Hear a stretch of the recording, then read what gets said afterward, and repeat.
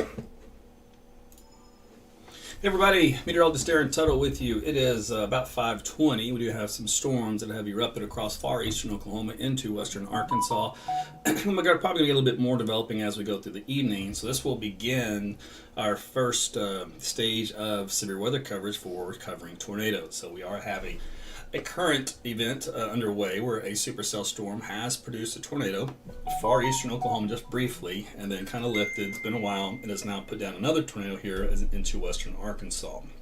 So we're going to cover that area off and on for this evening. So if you live here around Oklahoma City, Tulsa, the rest of the body of Oklahoma, that's not an issue for today.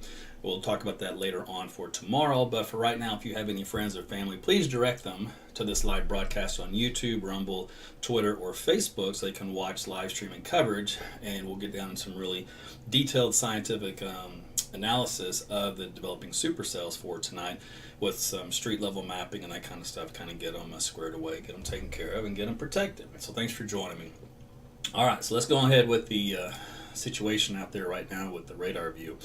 And again, you can check in off and on throughout this broadcast, and I won't be on solid. What I'll do is I'll come on and come off as conditions warrant. So right now we're over a strong supercell storm. This is east of Fort Smith. So this is the one that developed west of Fort Smith. If you look elsewhere over southeastern Oklahoma, we do have a couple of new showers and storms trying to get going down here in this area, and more of those will be developing as we go throughout the next couple of hours. So right now we're going to focus on this particular storm. And it had at least a good radar indication of a tornado here. And it looks like it still does in the velocity data just south of Charleston. It's going to be about 2 miles south of that town, main highway intersection. We're going to start calling out some of these where we can get some town names and some road names on here. But Military Road is the intersection of this particular tornado just due south of Charleston. So that's the road that runs north and south out of town. Newton Street is also what it's called, and that will intersect Military Road. So just south of that interchange. This is just west of State Highway 217. So that's the particular location of this tornado. There has been storm spotter confirmation with it moving off to the east. Looking at some of the radar replay parameters here, I don't see any significant damage with it yet showing up in the radar data, so that is some good news. Let's see where it's currently going overhead. Let's also take a look at that. Right now in open farmland. So the track of this has been pretty much right over this grassland, which has been great news, because if you look just to the north, we do have a lot of homes, a lot of neighborhoods here just from the south end of Charleston. So this tornado is bypassing those, thank goodness, just by a little bit. So that's what I often do, is I take off the radar overlay to show you where the tornado is actually occurring and hitting. The tornado probability of this is 90% in the algorithms. I've been watching these algorithms here for producing the tornado, and they have been going up as the supercell has been getting stronger.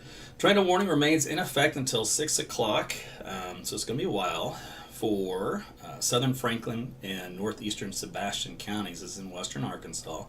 Confirmed tornado located south of Charleston, as we talked about, moving to the east at 30 miles per hour. You're also going to experience 2-inch size diameter hail. Of course, there's flying debris with this type of situation. You've got Charleston, Denning, Etna, Vesta, Meg, Branch, Bloomer, Peter Bender, and Ursula in the path of this particular supercell storm. Now, not everybody will be obviously in the path of the tornado itself, but those are all the major communities that will be affected by this particular storm in general.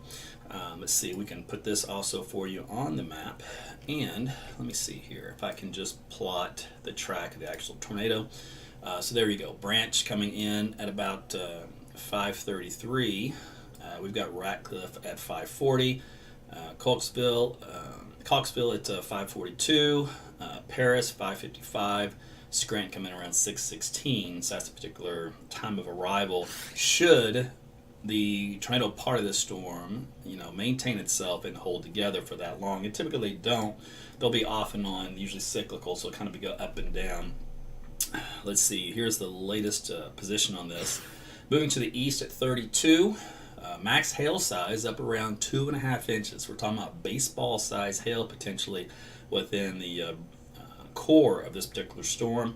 So far we've had hail reports up around nearly 2 inches in diameter already here, just within a few minutes ago, and it has had a history of producing some hail. If we look back here in time, here in eastern Oklahoma, there's 1.8, there's 2 inches, 1.8, 1 inch, 2.5 inches. That's some pretty decent sized hail.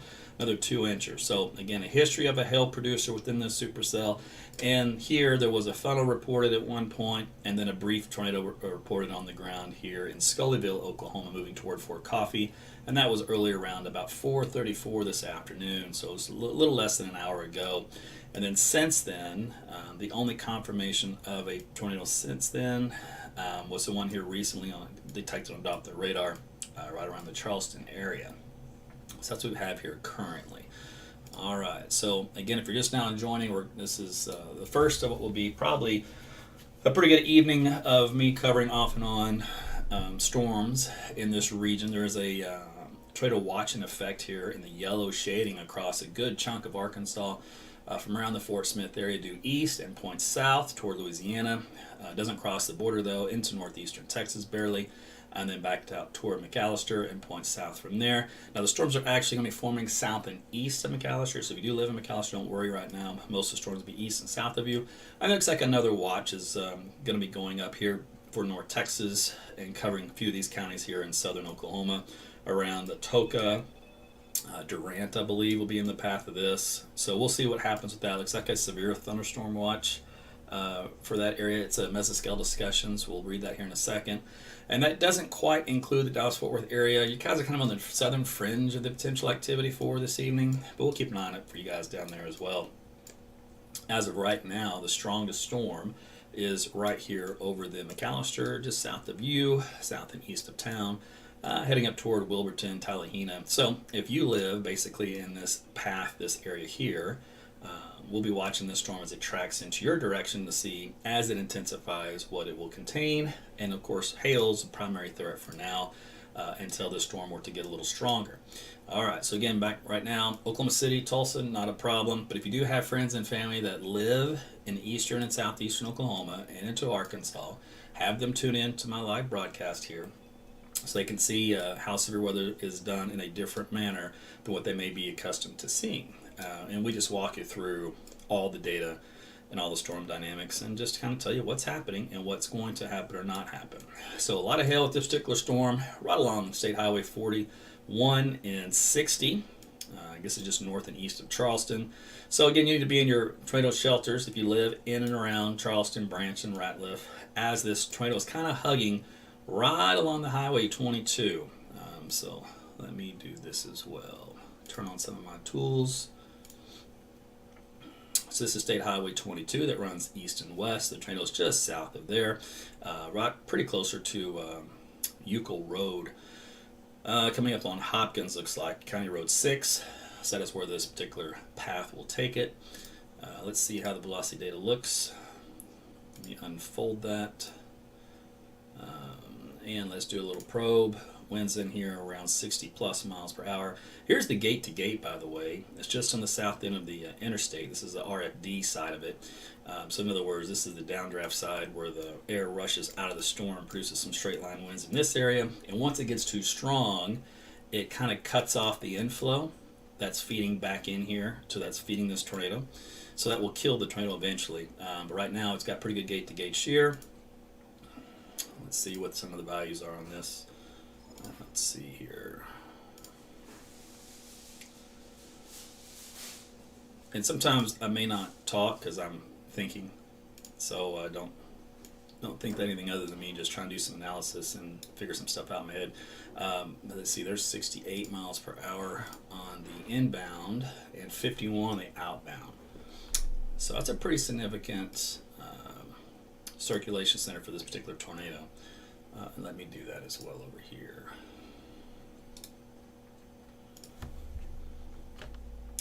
All right, so that puts it in the category of a 40% probability conditional of an EF1 tornado.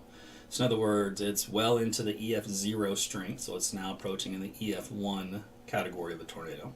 So that will do some minor damage, but right now at least it's not anything stronger than that, such as like an EF2 or EF3. If we look at the tornado scale. An EF0 is up to 85 miles per hour. An EF1 is up to 110. If you notice, I measured 65 and 50. So that kind of comes up to around that 110 mile per hour range. You can get moderate damage, more significant roof damage, windows broken, exterior doors damaged or lost, mobile homes overturned or badly damaged. So at the bottom of this screen, on this crawl, you will always see 24/7, 365, how to protect yourself from a tornadic thunderstorm, what to do, where to go to be as safe as you possibly can. In this particular case, also, if you do not have my weather app, AT's Weather to Go, make sure you download that now from Google or Apple. And you can set that up and it'll alert you and warn you of tornadoes before they develop. You're going, well, how can it do that? Because it's a smart app, that's for sure. To give you up to about 15 minutes head time to seek shelter, which is an eternity when you're talking about tornadoes, right? So we'll do this. We'll just kind of keep covering this storm off and on with the radar data until it kind of diminishes in intensity. Let's see here. And I'll be flipping through to different maps. So when you see the bright colors with the purples and stuff, this is what we call radar reflectivity, which is like the rain rate, the heavy rain and hail. What you see when you have usually red and green on the screen, that's just the velocity data, the winds. The colors means one direction of wind. So green means toward the radar site, red means wind away from the radar site. So it's when those two come together and do a little circulation. That's whenever you have the tornado that develops. So in this particular case, we're looking right here. This will be our tornado, which is dangerously close to running right along 22. It's just on the south end of the interstate right now. Let's see in this particular case. Let's see. We'll see. We're going to get another radar update there here in just a second. Let me also go over here to look at this one. So same kind of idea.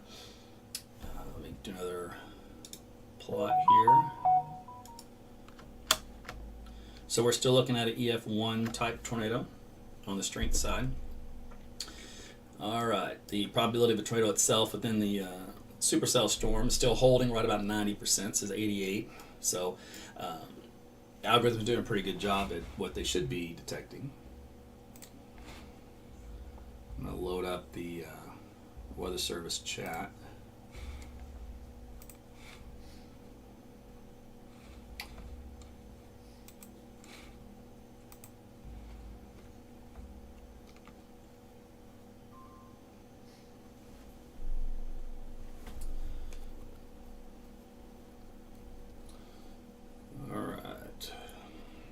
So new day is coming in now. It looks like it's weakening somewhat. That's a good sign.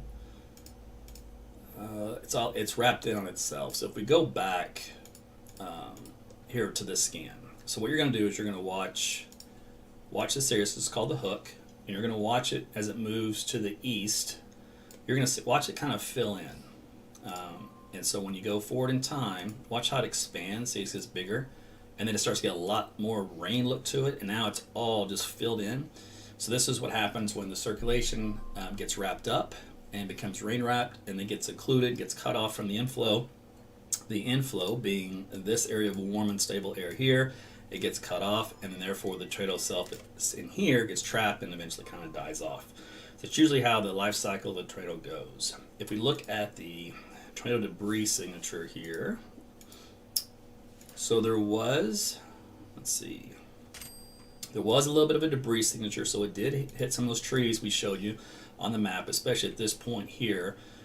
We take that off, so it did hit this little patch of trees, and unfortunately it looks like it did hit some of these, they might be like, chicken coop, storage facilities, little barns, that activity.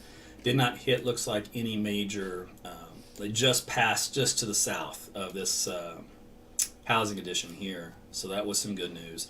So it has not hit any major housing additions, just some minor structures on some farmland currently. So that's where this tornado has been here in western Arkansas. Anyway, so this outline color I have here on the map, this is called the debris signature. And that tells us that it was a confirmed tornado because it hit the ground and it picked some stuff up and lofted it up into the air. And it looks different to the radar than heavy rainfall. All right, so let me also look at the rotation. So this is the rotation for the middle of it, the strength. So if I go back in time, it was much stronger, and now right to this stage it's getting much weaker. So again, everything's on a decreasing trend. That's a good sign to see now that the system is wrapped up. Now, just because I'm saying it's decreasing does not mean the tornado is done yet. It's still probably going to be there for a few more scans of the radar. The good news is that everything's kind of getting more broad and more diffuse and weaker, and that will allow it to die here hopefully very soon. But you need all to stay. Meanwhile, if you're on 22 between Charleston and Branch, you still need to be in your tornado shelter. That has not changed. Let's see, switch here. So it'll be coming up on State Highway 41 here momentarily. Is currently over County Road 6. So it's currently over State Highway 22 and County Road 6 over near South Hopkins Street. So you need to be in your shelters there. You guys out in Ratcliffe, if it still holds together, you'll need to be in your shelters. You can already go there now and just kind of wait. Lowest floor, centermost part of the building, away from all outside walls and windows.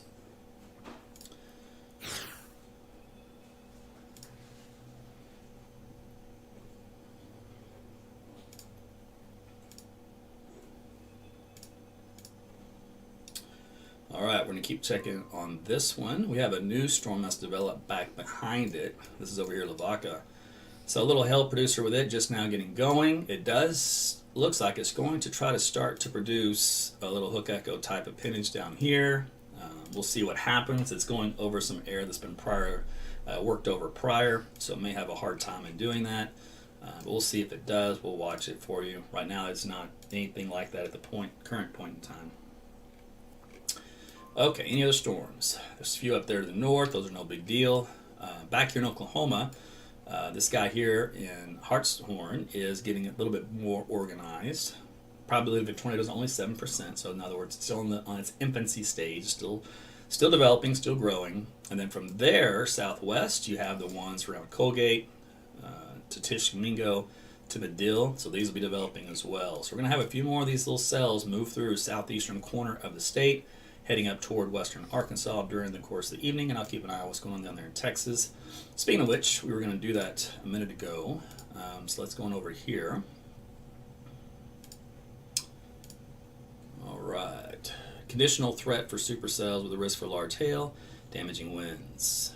Watch may be possible. Okay.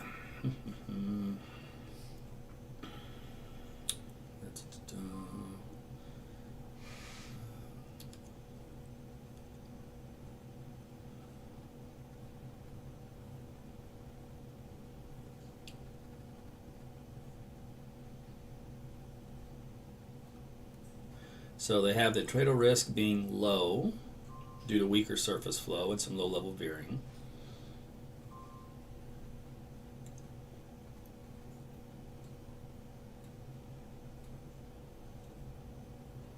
All right, so they're thinking about putting up a new watch, which would likely be a severe thunderstorm watch versus a tornado watch. Now, what's the major difference? The major difference is a tornado watch means conditions are favorable for tornadoes, point blank. A severe thunderstorm watch says there's really not a whole lot of conditions favorable for tornadoes. It still could get one. There still may be one that occurs, but by far and large, it's mostly going to be a hail event. So that's what the discussion was saying. They're talking about more of hail than any other threat. They can't rule something out on the tornado side, but they favor more hail with that one. So if that's the case, they would issue a severe thunderstorm watch after they confer with one another, and they analyzed the shear mainly to find out which way to go. In the discussion, they said the shear was a little too much out of the southwest, and that's counterproductive for tornado development. In the tornado warning, or watch itself, it means those storms are a much favorable environment to actually producing tornadoes. They will still have hail, but once they kind of cross that boundary to the other side, they get the automatic watch for tornadoes. Now, the difference between the warnings, again, a tornado warning means a tornado's been either observed or indicated on radar, or is about to be. On the severe thunderstorm warning, it just means the big thunderstorms, got some hail, got some wind with it. Occasionally, severe thunderstorms will produce a tornado that can be without warning, meaning it happens really fast, the storm just kind of transitioned really quick, more of a kind of a freak thing, got lucky, a lot of things, So usually those two warnings are separate for those reasons alone, because one usually contains one and one usually contains the other. So hopefully that helps help you understand the difference on that. Okay.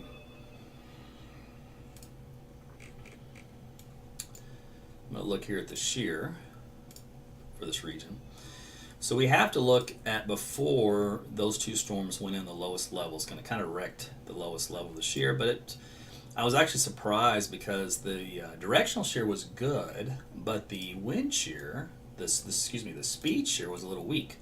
This was only 15 to 20 knots here at the surface, up to about 4,000 feet. Normally, you'd like to see a minimum of 20 to 30 to 40 knots as you went up, right? It's a little extra boost in wind speeds. Now, we are going to get that as we go through time here the next couple of hours. But so in the early stages, for it to produce a tornado given this environment, that's pretty impressive. Now, there was a boundary in there from earlier overnight convection into the mornings. That may have played a factor as well. You can sometimes get that vorticity along the boundary ingested into the storm, and that can help to continue the tornado going on. Okay, so let's see what's happening with our storm right now. A new warning did come out, so we're going to take a look at that. And we'll take a look at the algorithm here. The algorithm still says the probability of a tornado is right around 86%. Currently still, the storm is between the two towns, Branch and Ratliff. The new hook echo that is trying to develop here is on the south end of Ratliff, so that would be where you'd watch for tornadoes. That's North State Highway 23 and 398 interchange. Movement on this, let's get you updated on that. All right, let's see here. Still expires at 6 p.m.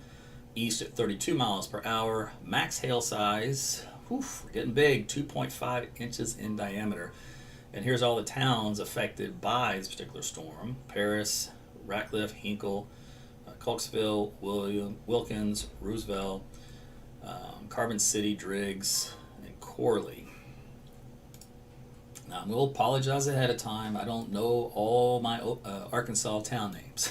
So some of the pronunciations I may butcher. So that just goes without saying. It's probably going to happen at some point if I haven't already done it already. All right, let's see if this is anything new. So the last update for this was at 5:32. Let's see.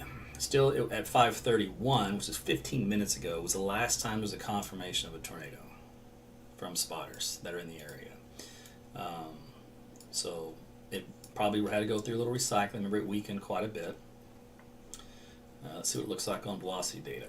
Yeah, it's really diffuse. So that's good. So it basically died, like I was telling you what it would do earlier. We can track the death point of where the tornado kind of stopped. So it was back here on 22, County Road 206 was the last time we had a really good velocity data couplet. Then it started to weaken, but was still reported on the ground at this point in time. And then, that was like a mile east of there. One more mile east at this point in time, it hit South Hopkins Street. I think that was the last time we had a really good indication, and then it was gone. So then you can see over Branch, it basically went over Branch and just completely deteriorated. Remember all this rain there? So it's gone. That's the old mezzo. So in other words, it's not coming back. It's toast. So now you focus on a new mezzo. Remember earlier I said a new hook forming? So now we got to go, we'll back this out. So I'll put this into motion again. Watch that one die off, moving through. And look what happens if this guy here just comes out of nowhere. So this is the new mezzo that's trying to develop. This is the new hook that's trying to develop over Coxville. Over the split there from 23 and what do we say was the other highway? 22. 23 and 22. So we'll see if this gets its act together right now. It is very broad wind field. So this guy here and this guy here are way too big for a tornado. Well, it's a broad circulation center, but it has to get smaller and come together and be basically this size here to be a tornado. So it's still got some ways to go, if it even does it again. But that's what we're watching for, to see that overall general circulation pattern start to reshape. So this is common. Supercells go through recycling periods. So it's just going through a recycling moment right now. Probability of a tornado's gone down, looks like to 47%. The algorithms are noticing the fact that it's going through recycling phase. What we will watch for is if we see those algorithms start to ramp back up. In other words, they've been dropping down, but if they put the brakes on and start to ramp back up, that's a sign that the storm itself is getting better and closer to producing a tornado. This guy back here on the west, probability of a tornado is 13%, so it's still disorganized at best. It's having a tough time. So we'll see what happens with it over time. But those right now are the meanest, nastiest storms. Okay, so we check back in on our guys here in Oklahoma. They're blowing up fast down here. So they should be severe within minutes. So look for a severe thunderstorm warning probably first for the Colgate Lehigh storm. And we're going to see what it does. Meanwhile, this guy over here southwest of Wilburton, it's got a severe thunderstorm warning on it. Pretty much no probability of a tornado yet. There's no circulation at all. So it's still in its infancy stage of development. Once it moves east, though, into this environment, it should be much better, more conducive for producing a tornado. So we'll see how that goes. Now, what actually I think I want to do is... Oh, there's that warning just came out. Just then. There you go. Radar has 1.4 inches in diameter. This is just, these two, when they're highlighted in orange, indicate severe thunderstorm warnings, not tornado warnings. So let me switch over here to this radar for you. So that's the difference in the color on the screen. If it's a red box or purple, red means tornado warning, purple means tornado been sighted. So this is a, let's get the other one. Severe thunderstorm warning issued until 6:45 for 1-inch size hail. The general stuff. Let me give you the track and the towns here. I'll take the leading edge, Red Oak and the 4, over the next half hour, 45 minutes. So as you can tell, it's going to be a long ways to go to get to Poto. All right, let's go to the other one, Cole County. Same idea, Phillips and Colgate between 5:51 and 5:52. And then eventually toward Clayton. And the particulars, 1.75 inch hail. So you'll notice in some of these warnings, you're going to see this tag, we call it, thunderstorm damage threat, considerable. So if you see the word considerable, that just means a high-end thunderstorm. So a little bit more than just a marginal severe thunderstorm.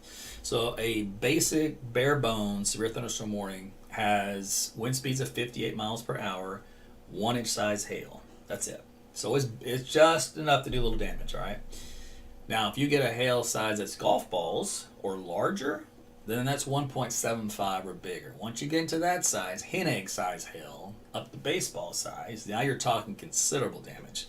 So the Weather Service anticipates this storm to grow in strength and intensity and the hail size to get bigger during the 45-minute window in which this warning is in effect for. So they add this little tag called considerable. So it's just a little heads up for you to pay attention if you hadn't already. It's one of those that aren't just a standard thunderstorm. It's standard plus a little extra. We're going to have little extras, I think, in a lot of these with the way things are going.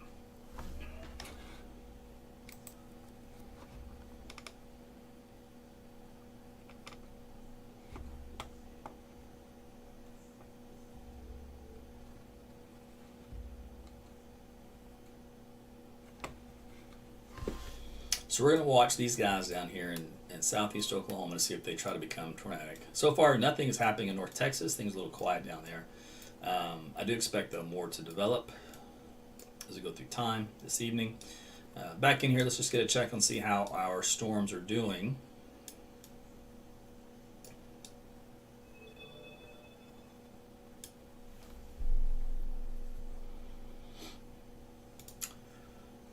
All right, the first storm out here to the left, still trying to get its act together as far as anything tornadic, and it's not having any luck right now, which is fine with me.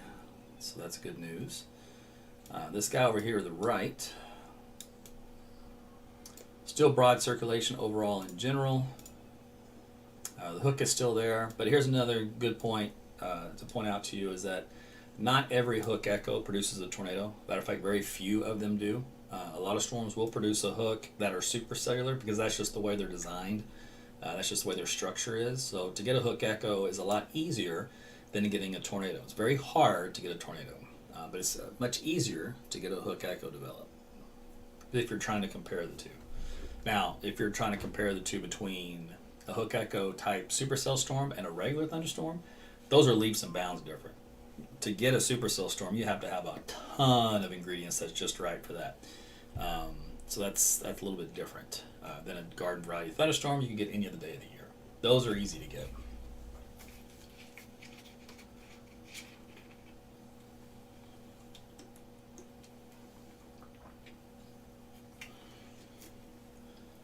So the Weather Service does not have any eyes on this new circulation area. Oh, we just had one come in. Now that I say that, looks like a wall cloud was reported between Paris and Coxville around Horseshoe Mountain. So a wall cloud is not a tornado. A wall cloud is basically the rotational part of the storm that a tornado comes out of.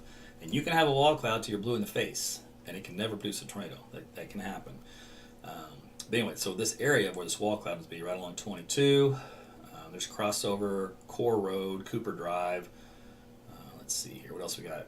Horseshoe Mountain Road. There you go. And actually, that was what was reported in the observation.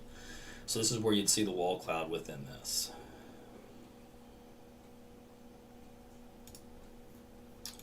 So let me go back over here.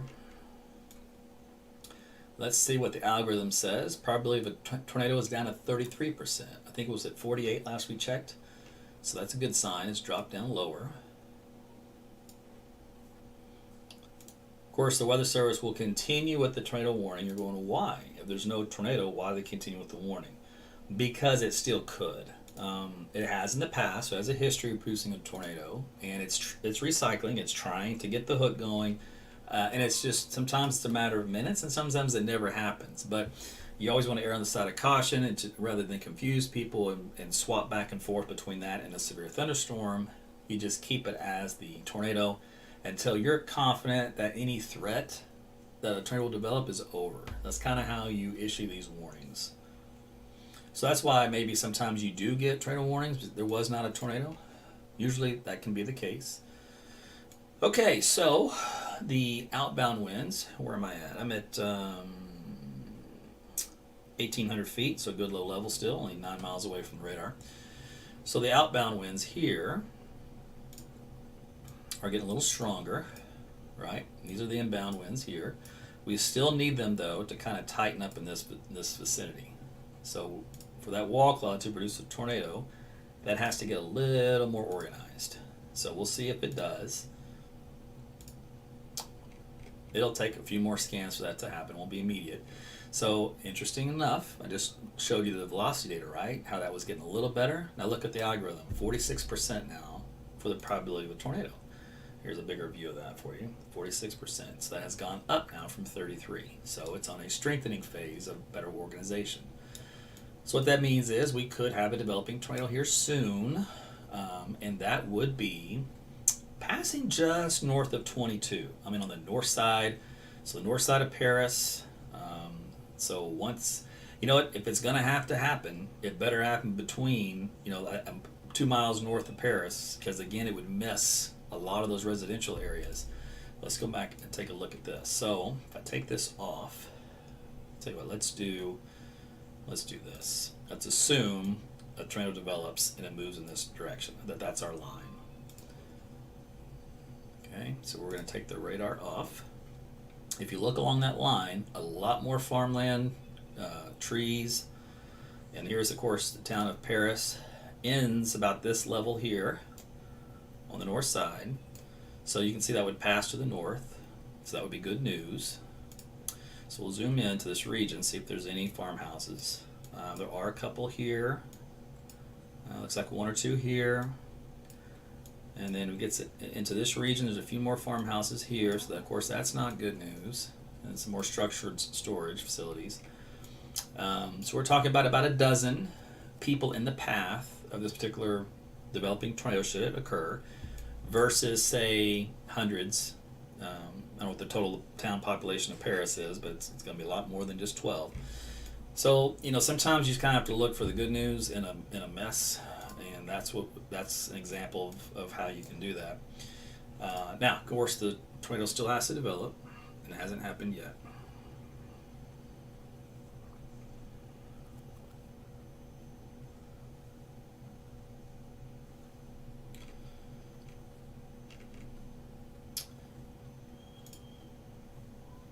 So this actually went through a little destabilization. It didn't quite recycle like it wanted to. This initial hook has actually got wrapped back up and is encompassing some rain. It's messing things up. And a new mezzo looks like it may be trying here. In other words, a new hook trying to develop. That happens. So we'll see if this thing kind of gets a little clearer here in a minute. But that older circulation feature that was trying to tighten up is there. A newer one would be trying to tighten up here. So we'll see what happens with these two spots. So again, you're watching live severe weather coverage over western Arkansas and southeastern Oklahoma. Meteorologist Aaron Tuttle. You're watching AT's weather. And we're going to cover these storms off and on here this evening. I typically only do cut-ins once the tornadoes occur or once they're about to. I usually don't cover just standard thunderstorms, but I do cover the tornado aspect of them. And we're going to be doing that here off and on this evening. So I may at some point sign off. If I do, it's because the immediate threat's over. Like, for example, this storm out here may never recycle again. It just depends on what happens here in the next 10-15 minutes. And then maybe take a break and come back on as these storms out here in Oklahoma, if they decide to do something a little bit later. So make sure, if that's the case for you, you have your notifications turned on for YouTube, Facebook, and so you can get notified. Now, when I am on Facebook, if you are on Facebook, if you tap the description on this video, even on the YouTube, there's an opt-in you can use to get a message from me through your instant messenger on Facebook. That way you don't miss a live if that's important to you. Otherwise, I try to use all the social media platforms to see Rumble, YouTube, Twitter, and Facebook. So you can hit on Twitter, you can tap get notified tweets or whatever that does, and that might notify you as well.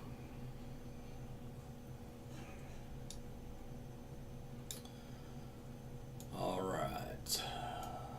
So I'll tell you what, while we're in a little bit of a lull and that thing's recycling, let's go look at some data.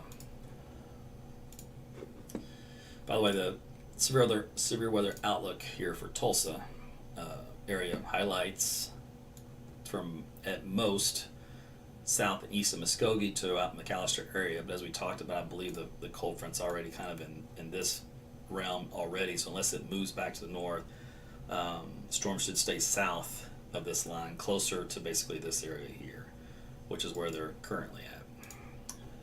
All right, so let's go to the mesonet so I can see exactly where that front is. And sure enough, it's about like this. So it does go south of, it's well south of Muskogee, and it is south of McAllister. And it's kind of snakes back in here around Atoka and north of Durant, around south of Ada. So kind of in this vicinity. There is a surface low right about in here, it looks like, helping get these winds to back in this area and helping get these storms to go. So that's probably why we're getting these storms developing in this region, because of the enhancement of this little surface low. All right, let me see what else we got. Here's another view of that, by the way. The severe thunderstorm watch here issued west and southwest of the yellow. The yellow is the tornado watch. It's a very small watch. That's just because it's kind of focused around that surface low. Let's see here.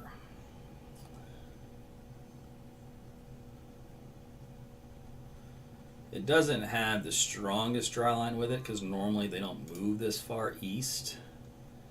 But if you were to kind of do something like this, the dry line is about like that. The cold front comes in back behind the dry line like so. And earlier I did draw the cold front, but in reality, if it isn't moving any, it's either stationary or a warm front. Kind of a deal. So in that particular case, those storms like to kind of hang close to this boundary, and if they can adjust some of the vorticity along it, it kind of helps to boost your tornado threat. And with this boundary in this region, that may have been what helped produce the tornado up here, as far as the exact position of the front. So that may have helped actually make those tornadic, but there's a little surface low that's developed. We call this a triple point. So your favorite area for storm initiation is usually kind of in this region. things to go, and that's exactly what happened. We had this first storm start out here and then just went in that direction, and then we got these new storms that are starting out here, here, and here. So kind of the way it goes. All right, let's go to the satellite viewpoint.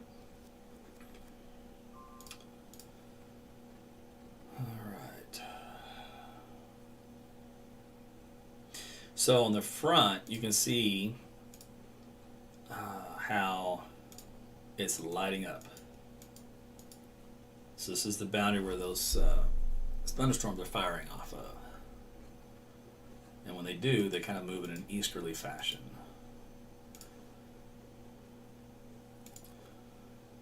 Okay. Classic supercell structure currently in the bad wind profile for Little Rock, or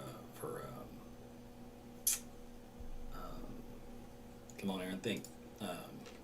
Fort Smith. I was like, my brain just stopped working there. All right, let me look at the sounding overlay. So this is actually a really cool deal that the Storm Prediction Center has added, and these are like little baby forecast soundings from the RUC model overlaid on top. Kind of give you an idea of what the atmosphere or the profile looks like for instability, and these are really cool. So I'm telling you, it's a great day and age to be doing this kind of stuff, just because the amount of data that's out there is phenomenal. All right, so let's see, a short-term high-resolution model, 18 Zulu, that's the last you got? No, this is old. I'm not going to waste my time with that. Let's see. I don't need to look at that, actually. Let's go here. Okay, so if you want to track low-level circulation, the history of that, you can look at it here, for example, and this highlights where the tornado was. So like I said, there was a brief touchdown here, I mean super brief, but other than that, the best tornado action was when we were on here live, and that was in this little swath of colors you see here in Arkansas. So that's a little historical reference to you. Let's zoom in to ping. This is real-time reports from you guys out in the field. You can call these in through this platform, and they can find out if it's hailing or whatnot. So that's kind of neat. Let's see here. And I think, oh, I'm going to do this real quick. So our latest short-term model, let's see what if it even knows it's storming out there. So it does. It's about an hour late. So this is a 7 o'clock snapshot. This is a 6 o'clock snapshot. So it doesn't know there's storms already out there, but at least it has the right general idea, which is storms zipping down the line here in southeast Oklahoma, and then clustering together with a cluster of supercells with some helicity tracks, which indicates hail and or potentially a tornado here east of the McAllister region toward the border, and kind of just keeps running over that same area. Let me go back an hour.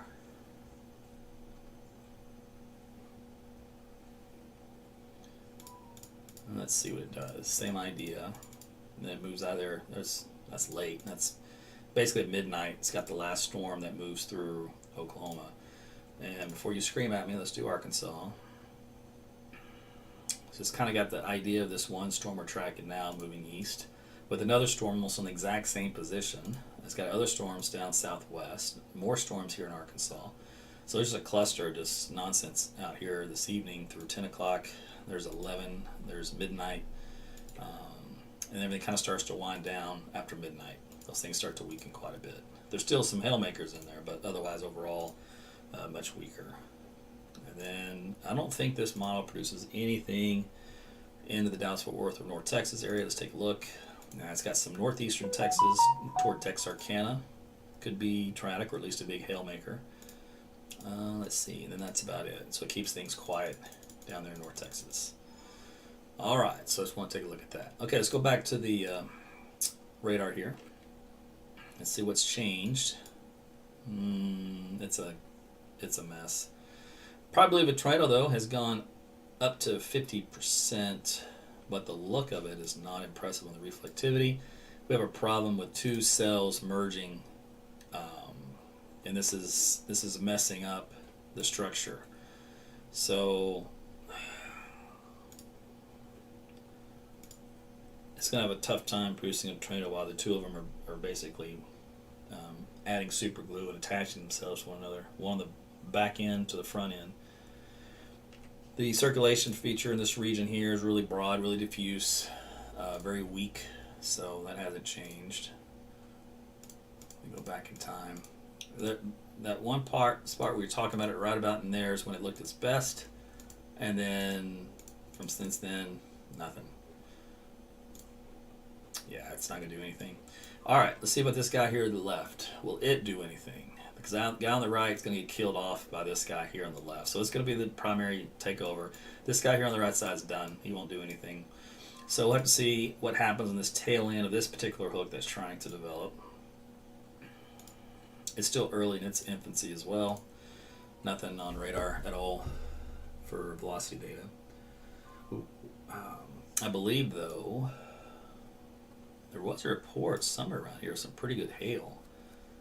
Let's see, here's some reports of hail in here. These are all 1-inch golf ball. Here, let me go to this map. Let's see if these show up. Alright, so what's this one? This is 1-inch size hail. I thought it was bigger than that. Let's go here. It's 1.8, 1.8, 1.8, 2.3, and 2. So along Highway 22, you've had some pretty good hail running through.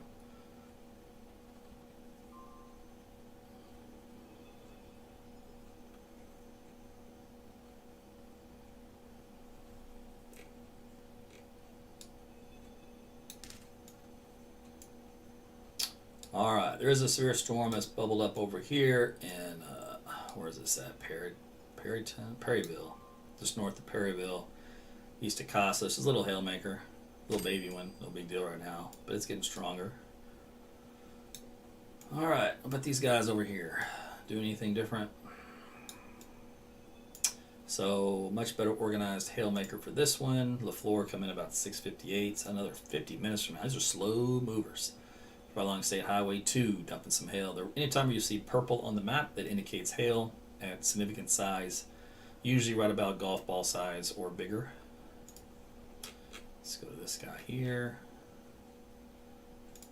I flip back and forth between a lot of sources because I got to look at a lot of things at once. So it looks, like I'm bouncing around. There's a method to my madness. This cluster of storms out here at Colgate, what's that hail size? 1 inch. Although algorithms show as much as 2.25. Now remember that tag we saw considerable? Remember how I told you that was added to that because I expected the hail size to grow?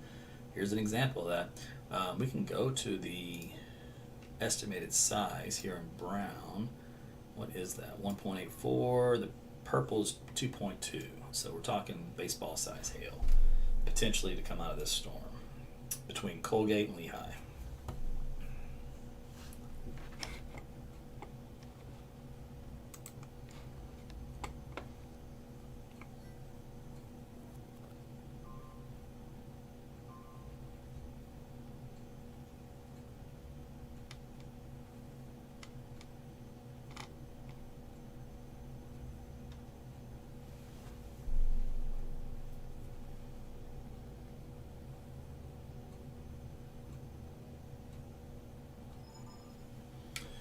All right.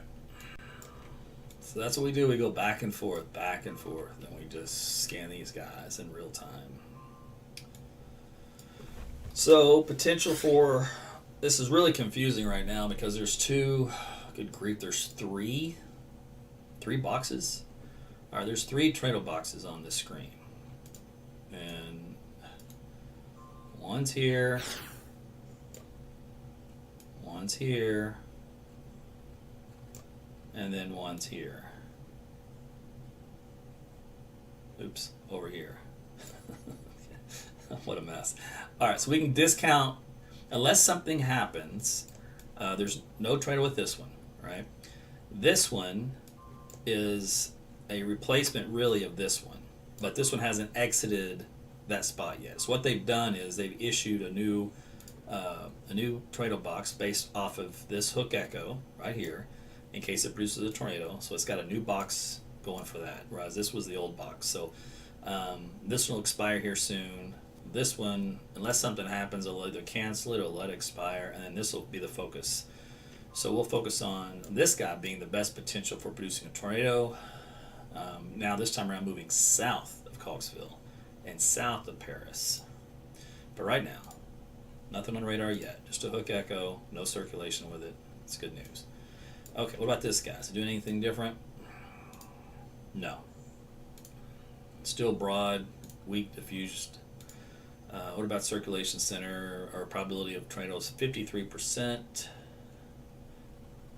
So it's kind of holding steady. And the structure of this couplet has not changed one way or the other. So it's in a steady state of nothing.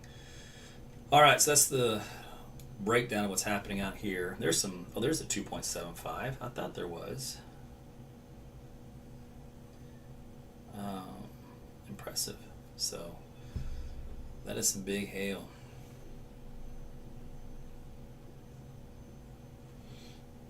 And honestly, any storm we get today, tomorrow, or Wednesday from anywhere here in the Southern Plains, they will have big hail with them. All of them will have a potential to get 2 inches or greater.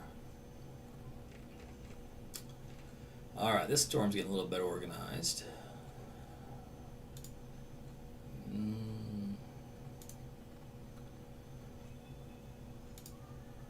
So it actually has a little bit of wind with it now on the back end. I had to make sure it's not side lobe contamination. So I think that actually might be legit. It's real close. There is some reflectivity overlaid on it. So we will likely see, if that's the case, a hook echo trying to develop at some point here soon out of this region in Latimer County in Oklahoma, east of McAllister. So you guys in McAllister, man, you're still breathing easy. Why? That right there, that arrow going from north to south, spared you from any action for this evening. You're on the north side of the front. This is a big cluster down here just going nuts. Man, that's some big hail. 2.87 inches. Oh, let's take a look at that, shall we? I'm going to do it two ways.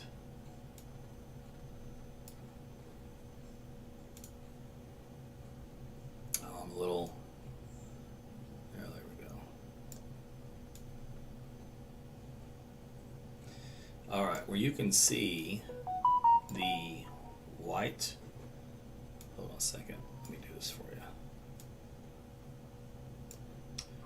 Where you can see the little white area, that's where the algorithm is picking up greater than 2.5 inch size hail. It's white is like usually greater than 70 dBz.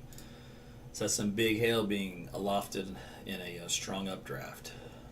And then when the hail gets too big, this updraft that comes up here, it supports the hail and it grows and grows and grows and grows. And at some point, it gets too heavy and then it does this. Boom. And that brings down the pain. All right. Let me do this as well. So the storm itself is about 55,000 feet tall. Good healthy core in it. Held in loft about 40,000 feet. All right. It's a good thunderstorm.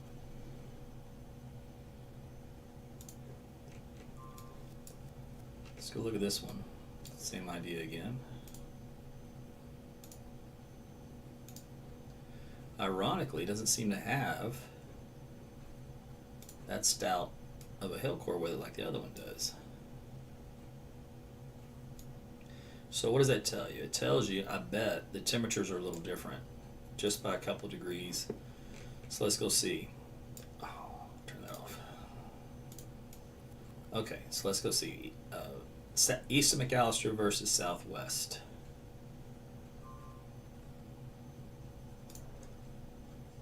All right, 79 over 64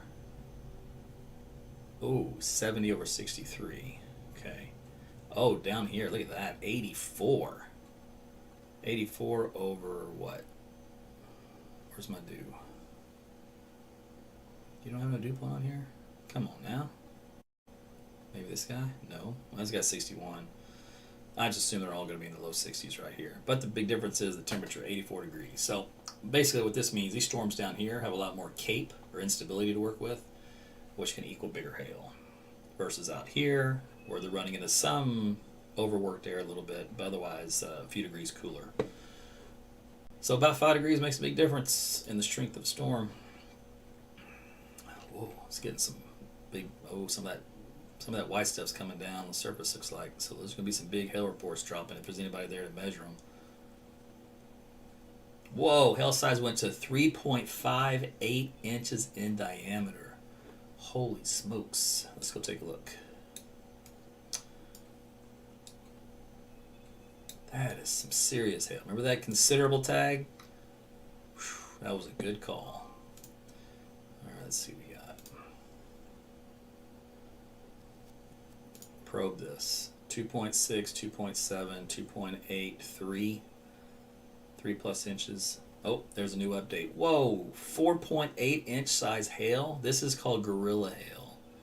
This is called softball plus hail. Oh my goodness. I hope it doesn't actually come down the surface like that. Someone's going to get crushed.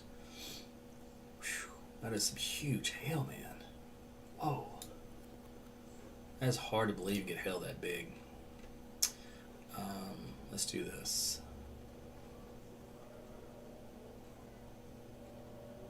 Yeah.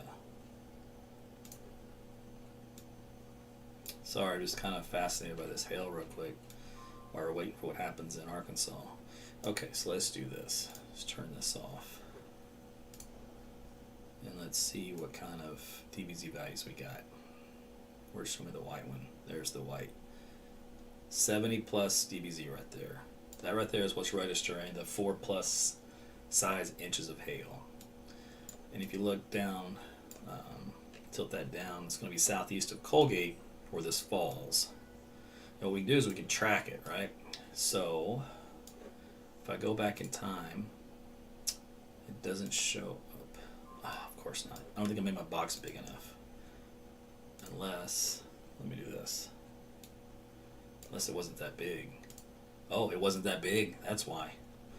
Okay, so on that, what time is that? It's 23:08. Okay. And this one's going to be 13 after. Okay. But this is like a post-analysis product, so it won't be as current. So in other words, this image is from 6 minutes ago. There'll be a new update here any minute now, and we'll see what happens with that core. But what happened is that the hail size got even bigger between those two scans. There's where it started, this teeny tiny little thing, right? And then it grew to that. Man, that's why the algorithm went nuts.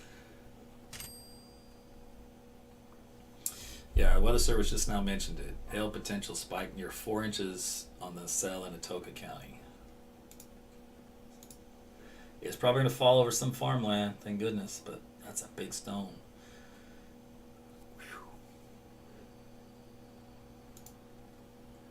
All right, well, we'll get back to that later.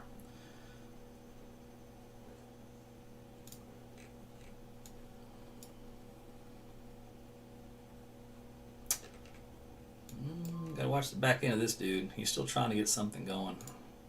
So far, nothing on the velocity data, but structurally it's getting better organized. All right, let's go back over here, see how these guys are doing. Okay, so now we have two traumatic warned thunderstorms. See who's getting their act together. Surprisingly, this one hasn't given up, and the probability of a tornado has gone way down to 14%. But the overall broad shear is still there. That hasn't changed. Structurally wise, it's still weak, but it has still this nice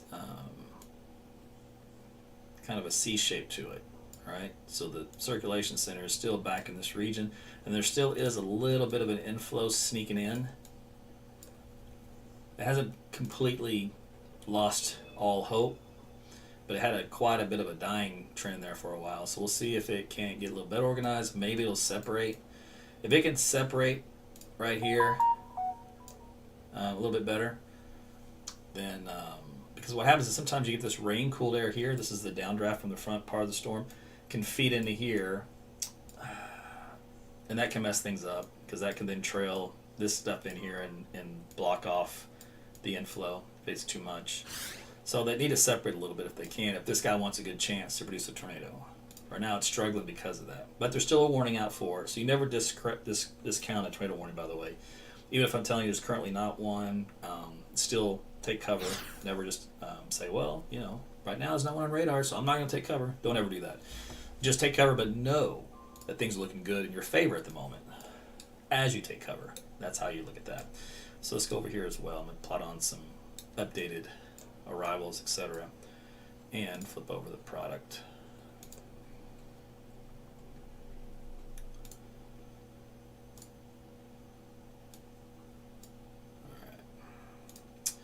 So this updated warning is going to continue through Scranton, 6:27, so it's a couple more minutes from now.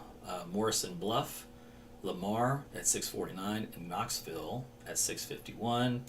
And the motion on this moving to the east at about 25 miles per hour, in effect by another 20 minutes, 1.25-inch size hail. And then the storm itself will be affecting quite a few more people than the path I just gave you. I gave you the path for the tornado. This will be the path that includes all these cities for the storm itself. All right, now let's go to the other guy. Let's see what he's doing. Let's do a path on this as well. So let's go. Actually, let me take a look first. Probability of a tornado has gone up 75%, so it's getting close in the algorithms. Let's see what it looks like in actual real life data. Not there yet. Yeah, not there yet.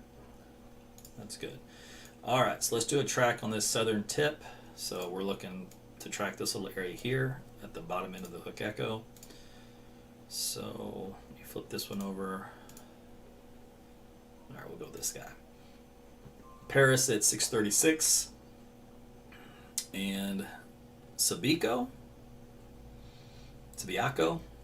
one of those. I'm going to butcher it, but that town.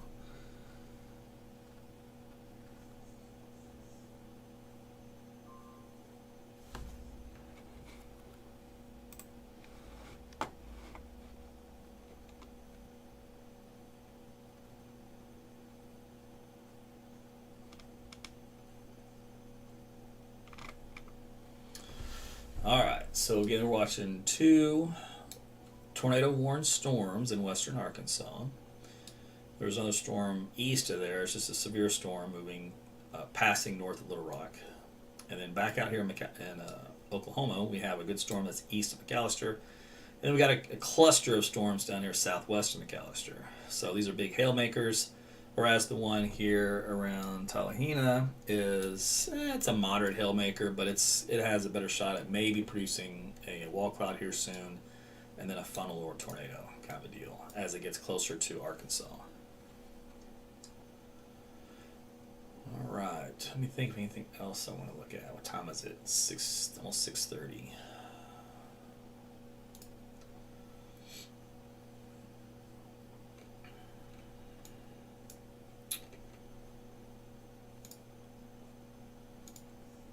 Well, it's still trying over here.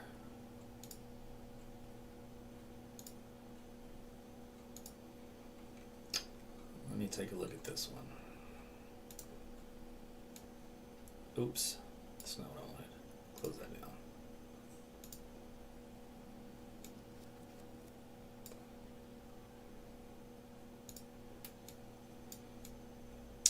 So these storms aren't quite as tall, only 45,000 feet. Interesting. All less instability to work with.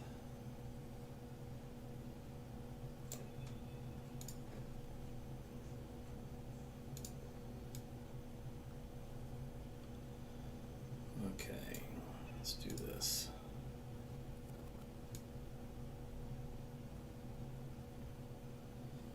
Yeah, there's just no...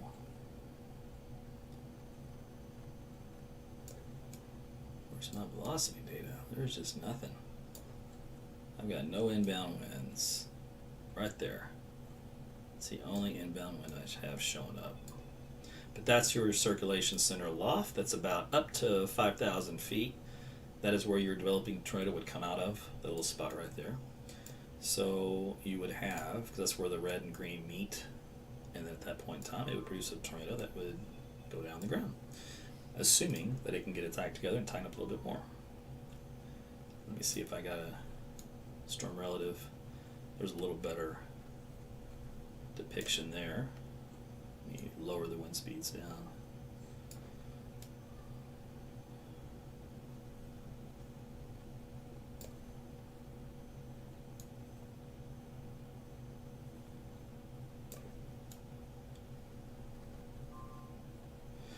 Alright, let me go to this guy. So this is the non-rotation parameter.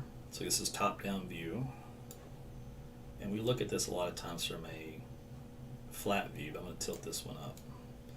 This also depicts where the column of air is rotating. And it's pretty weak right now.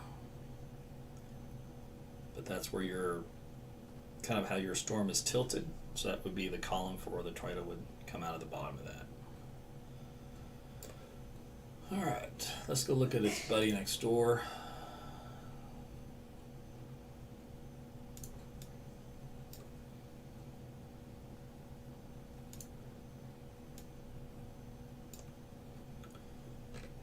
Okay. Nice overhang B-weir. That's where the updraft curls over like this. It's a big overhang.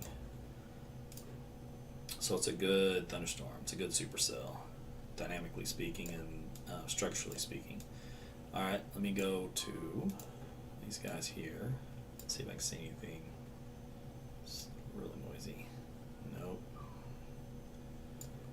Maybe storm relative? Not yet. Let's see the rotational deal.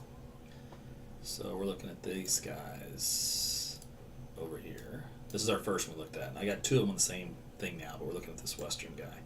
So this is the column of air that needs to tighten up and get a little stronger to come down for the tornado.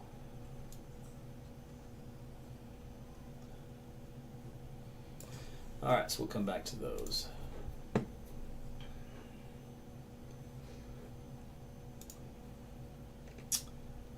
Alright. Good hail with this one, up to 2.37 inches in diameter as the estimate. Let's see. Nothing on radar for that one, for the velocity data yet. This guy here, and we finally got some kind of gate-to-gate action. That's where you have two colors side by side.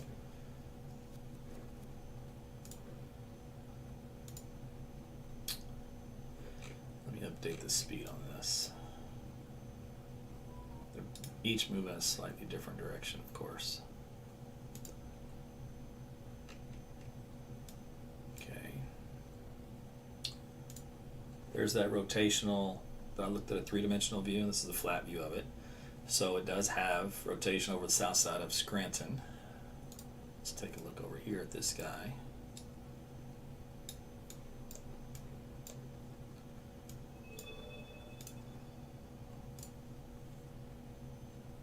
Okay, pretty low.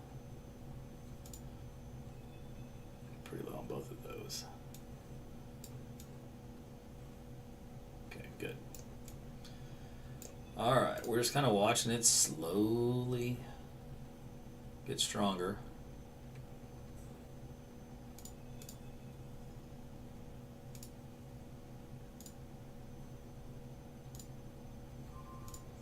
Alright, probability of a tornado has dropped down to 33%.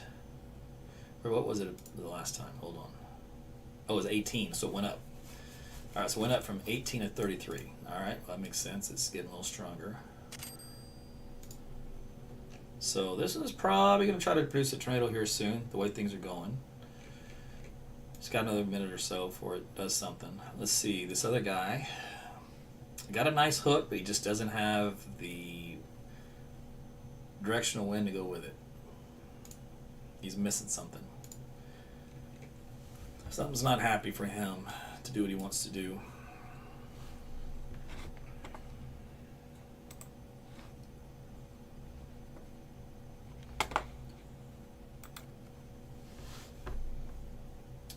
Probability of it producing a tornado is at 58%. What was it last time? I think it was higher than that. Was that hold on. Was it 58 twice? No. 70. I thought it was higher. So it's actually come down. It's struggling. So we'll see.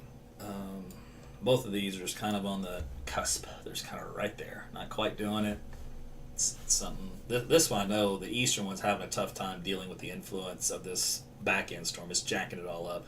If this back end storm right here, if this wasn't attached and there was more space, this got to be going to town right now. So you guys in Scranton and Knoxville and stuff can be thankful that this storm here came in and messed up the influence of it. Disturbed it. So that's some good news. But the tornado warnings will continue just in case these things quickly produce one. So in the process, just stay in your shelters. If you're in Scranton up toward Knoxville until the storm is passed. This secondary one, if you live in Paris and Subiaco, however you pronounce that town name, I would be in your shelters as well until it passes. It's going to be a minute. It's a slow mover. What was our path on that? Let's go back. I'll do the storm track again for you.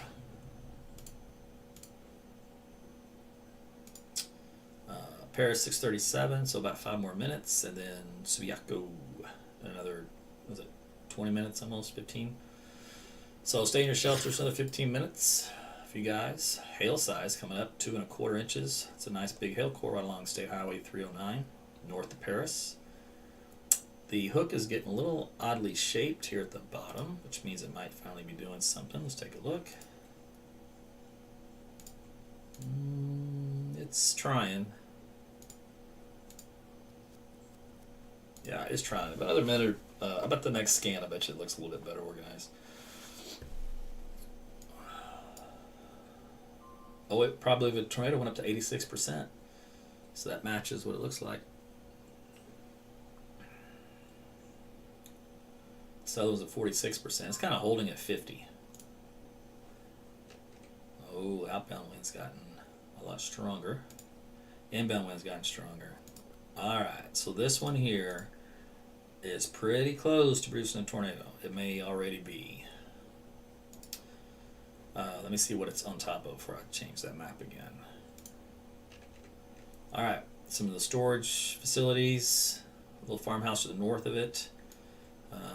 There are a couple of farmhouses in its path, looks like. This little yellow line would be the path. Otherwise, a lot of trees.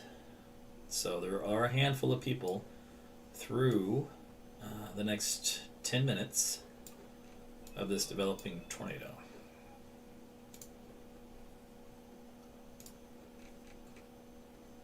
So let's get some street here where that's located.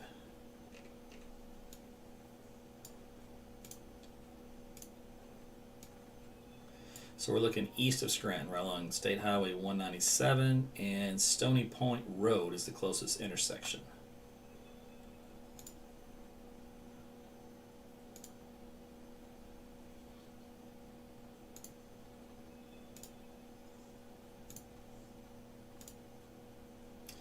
So where this little donut hole is, this is the gate-to-gate shear area in the radar algorithm. It's just a product that the radar spits out. I normally show it to you as this. One gate here, and one gate here. So that's called gate-to-gate. So new data just came in, and now it's moved. So this is now the new gate here, and the gate here. So those two are attached.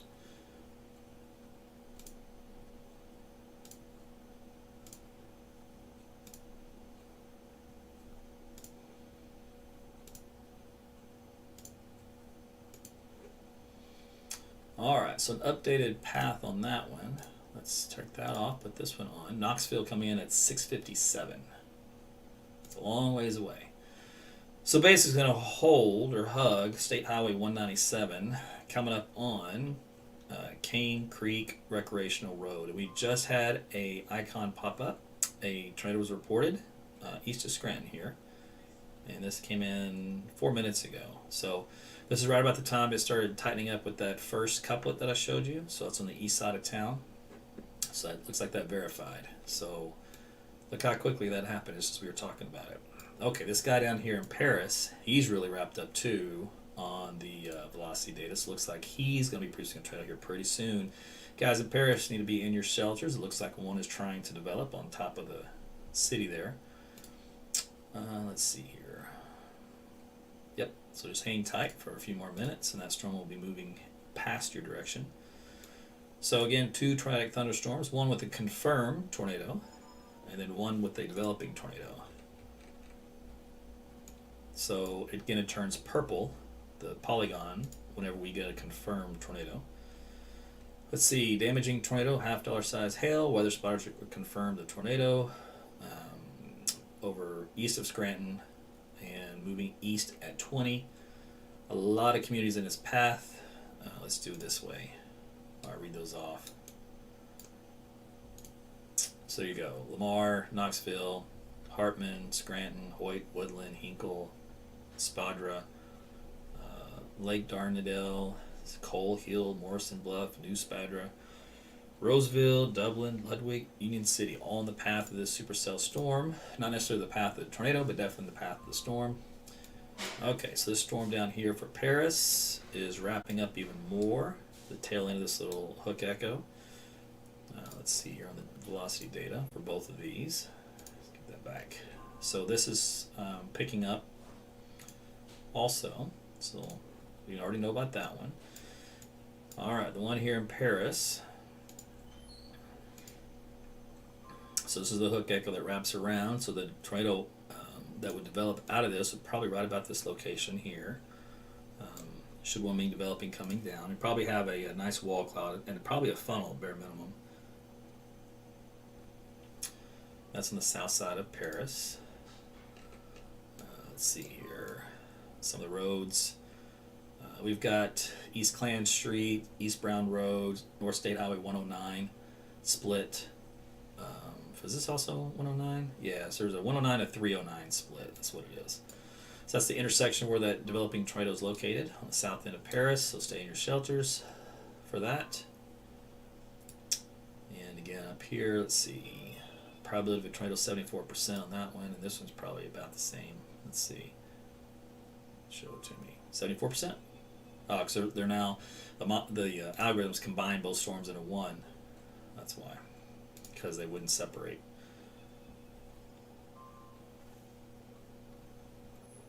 Okay. This one's a lot slower now, moving east at 18. So these are very slow movers all of a sudden, which means the path on this one, for Paris, for example, of course that's now, and then Subiaco at 6:47, so next 5 minutes. And again, Knoxville for that one.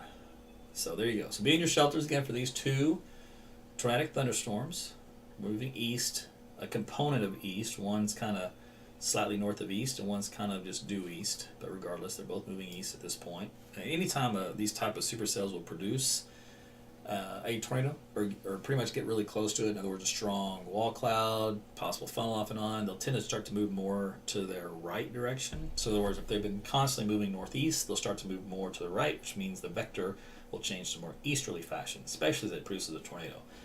Now sometimes if it produces a really strong tornado, it can go a little bit more than that and go kind of more to a south of east direction.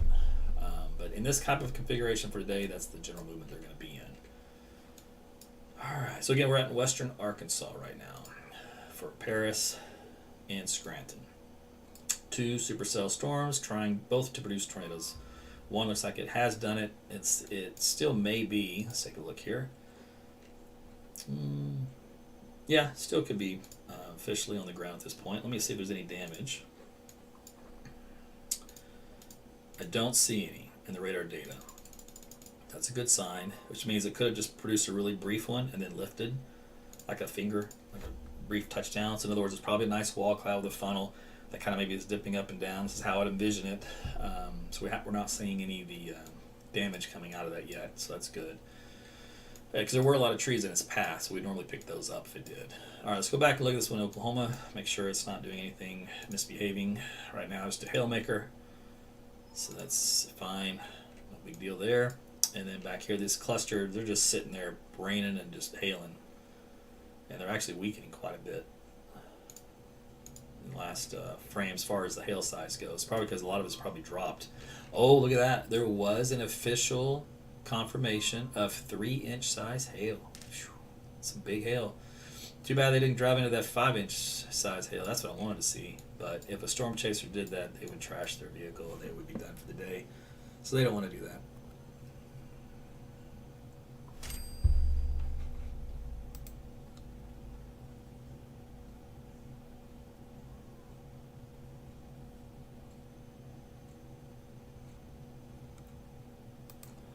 Again, I appreciate if you guys right now could tag all of your friends and family that live in Arkansas, southeast, southern Oklahoma, about the live coverage I'm doing, because otherwise they won't know that it's ongoing. You can do this on Twitter, YouTube, Facebook, Rumble.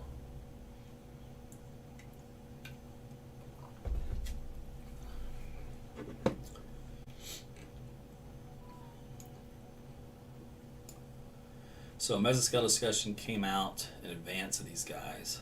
Let me do one more look before I go read it.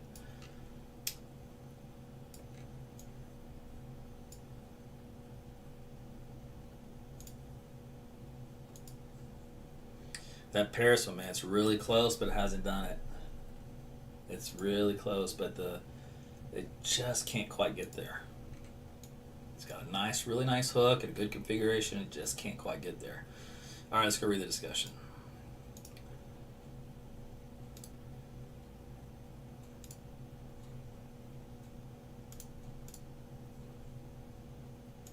Very small. Sustained supercell with the potential to at least periodically produce tornadoes may persist and move eastward along a near I-40 through 7 to 9 p.m. That would be a long-lived supercell storm. Okay, isolated supercell may persist for several more hours, moving eastward near north of Interstate 40 corridor, east of Fort Smith, into Little Rock between 7 and 9. Continue to pose a risk for tornadoes, 1 or 2 possibly strong, with some potential to begin to grow upscale with severe wind becoming more prominent later this evening. The axis of the primary mid-level shortwave trough appears to be progressing to the east of the region and likely to continue across and east of the Mississippi River in the lower Ohio Valley. As this occurs, more prominent mid-level height rises are forecast across the southeastern Great Plains and Ozark Plateau, with the northern periphery of warmer and more strongly capping elevated mixed layer air shifting northward toward I-40 through that time period. This seems likely to become the primary focus for continued stronger thunderstorm development, aided by convective forcing and ascent associated with the lower mid-tropospheric warm advection. Boundary layer along this corridor likely has reached peak late afternoon instability, including Cape on the order of 15 to 2,500 joules. Given this instability, modest clockwise curved low-level hodographs and strong deep layer shear beneath 30 to 50 southerly low-level to westerly flow in the 850 to 500 millibar layer will remain conducive for discrete supercell development. The westerly component to the deeper layer flow may be contributing to the eastward progression of the once significant ongoing supercell now east of Fort Smith. It appears that this could be maintained for several hours, coincident with a near-surface thermal gradient associated with the remnants of the previous outflow boundary, providing an environmental favorable for at least periodic, if not sustained, potential tornadic development. Whew, that was a mouthful. Did you get all that? You're like, English, please. All right, bottom line is it's an environment that's stable, meaning stable as in not changing much, which means status quo. So in other words, what you see now is what you get later. Let me see if I can find that boundary. And it means that storm out there they were talking about is kind of feeding on a leftover outflow boundary from early morning activity. And remember, anytime you get a front or a boundary, it has, well, you can't see it, but it's got vorticity that spins along it. And that vorticity is basically a little spin, little eddies. And an updraft can take those little eddies like this, and it can tilt it and suck it up in the updraft. Well, then all of a sudden now you get a little enhancement for tornado genesis. All right, so let's see here. Yeah, temperature's starting to cool down already because we are now, it's almost 7 o'clock. So what happens is all the other parameters like upper levels, mid levels, that kind of stuff are all kind of quasi static. The lowest level parameters do change because the heating of the day is gone. So air temperatures start to slowly cool degree by degree. And that starts to lessen the overall instability little by little. And storms need that instability. So in theory, over time, the storm should get weaker and weaker little by little. But we're going to try to find out where that boundary is. By the way, this is the track those low level circulations. So where it sees all the colors, 1 and 2. And here is where we predicted that tornado to be occurring, and it did get a confirmation. And this was the, I believe, was this the first? I've lost track now where the first one was. I think that was it. I have to go back. But let's go take a look. Where was that other map I was on? This guy. All right, so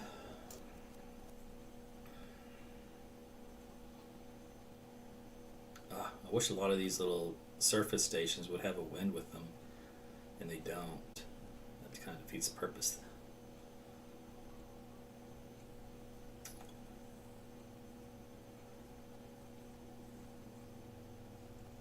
All right, well, that's not helping me much as far as boundary interaction. There's some southwest winds here, a northeast wind here, south, so, and then a lot of missing data. On the satellite view, let me see if I can find it. So there's Fort Smith along the river. And with all those clouds around, it's not easily seen. I would have to go back a long time to see if we couldn't find where one went earlier in the day before the clouds covered it up. And let me see if we can even do that.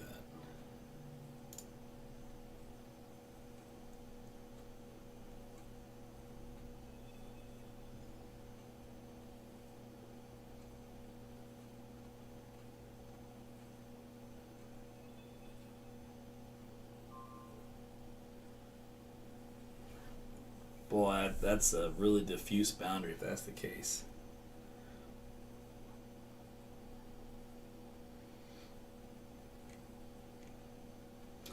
Alright, well, I'll take the word for it that there's something around there.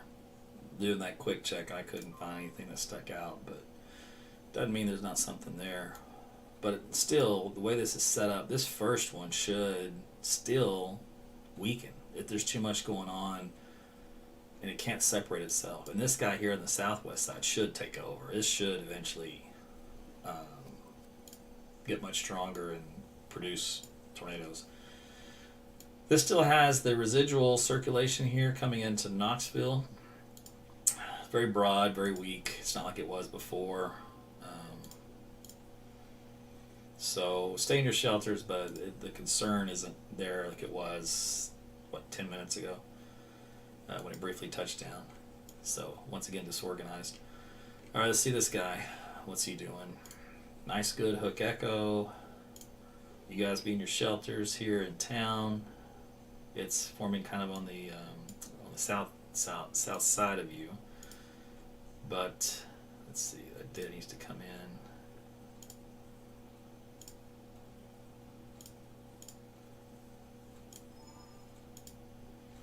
Still not quite getting it done.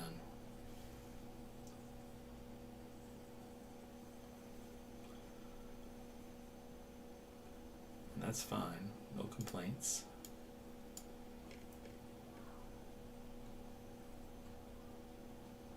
Big hail though, coming through town right now.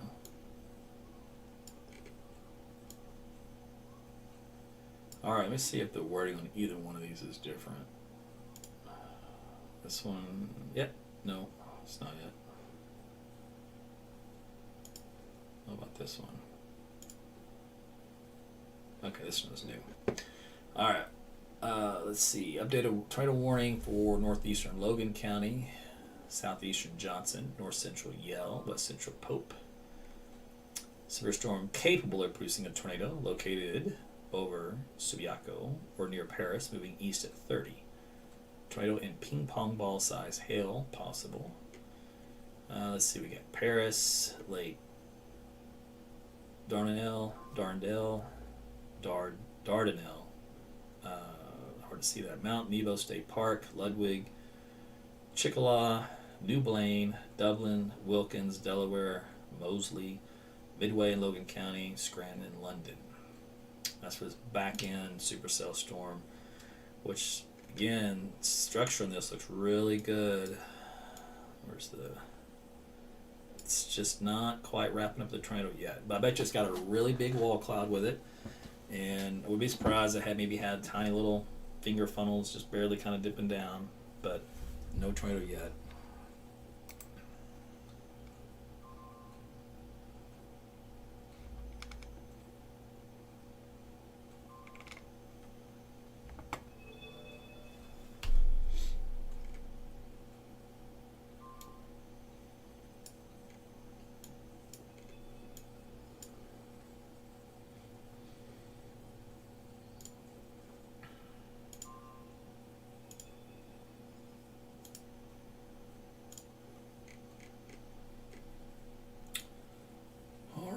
So again, we have two tornado warned storms. Right now, neither one is currently producing a tornado, but again, they could. So remain in your shelters until it's over. They've only been brief when they have produced, which is good. We are still in western Arkansas. We are east of Fort Smith. All right, back in Oklahoma. Look at all these hail reports. 2.5, 1. What's this one? 1, 3, 1. Still some pretty good sized hail, but not nearly as big as it was before.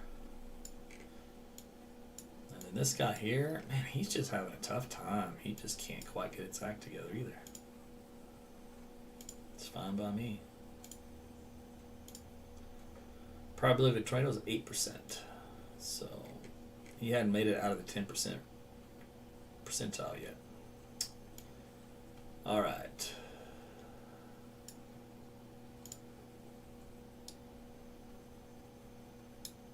Let me see if anything's going on down here.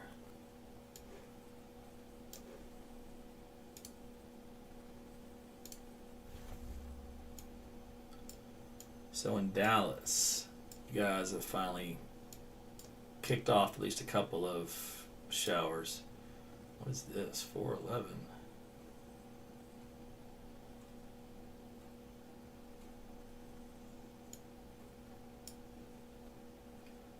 Let me go see what's going on down in Dallas real quick. That looked like an error, so I had to go figure out what's happening.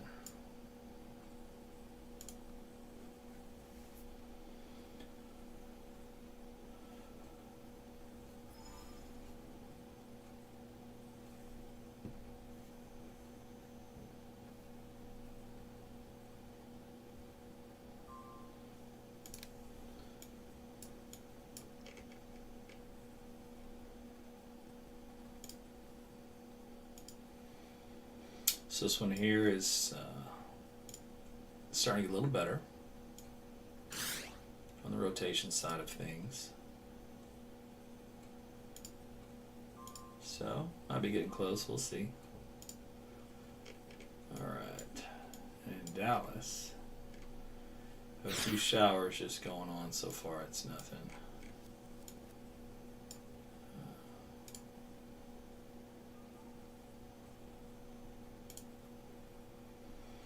This is the dry line though, that's retreating. You can see it moving to the west. So that's the dry line that separates the moist air from the dry air. And after hanging out in a while in northwestern corner of Tarrant County, it's getting out of here. This little tornado icon was from a storm spotter, but it clearly isn't correct. 'Cause it said that there was a tornado half mile to the south about 20 minutes ago. Yeah, well, there's no showers or storms there, so I'm not sure what that's about. Maybe it's a positioning error. No idea. Anyway, we'll keep a track down there in Texas, but it looks like not much is happening. All the action's still up here. Oh, I was going to chew this real quick, though. Let's pause that.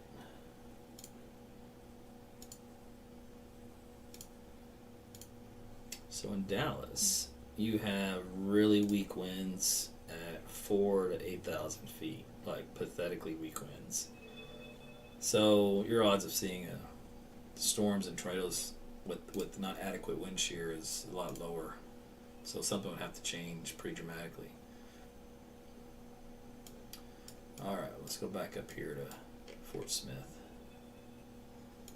I can look at the wind shear there again, see if that's changed.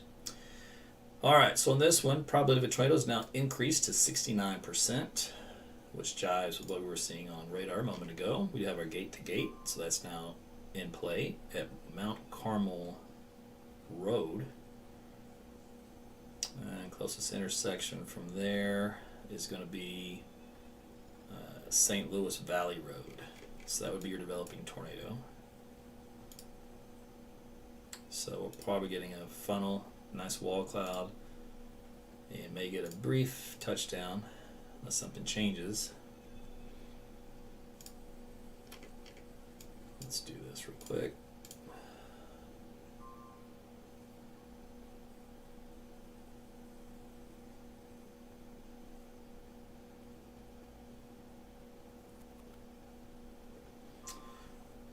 Yeah, there must be like a little lower boundary that they're working with, because that shear isn't all that great for tornadoes. It's very marginal, which explains probably why they're having a tough time producing a tornado. The shear just isn't quite up to par.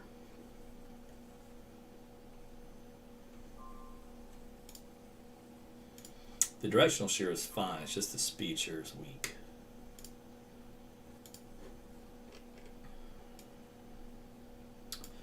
Alright, let's go to this guy here. Let's go back up here.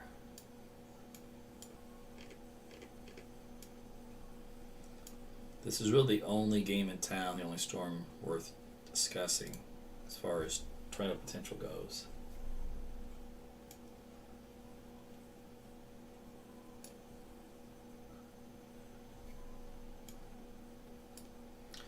So on this one east of Knoxville, that was 5 minutes ago, reported a brief funnel went over his head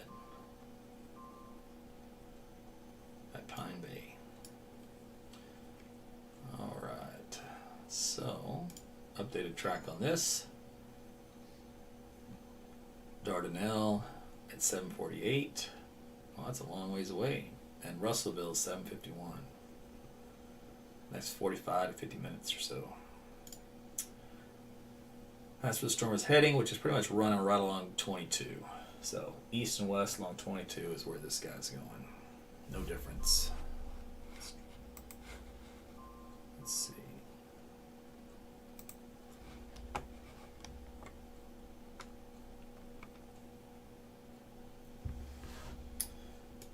All right, and the location of this Hook Echo, St. Louis Valley, Mount Carmel Road. So that's the interchange.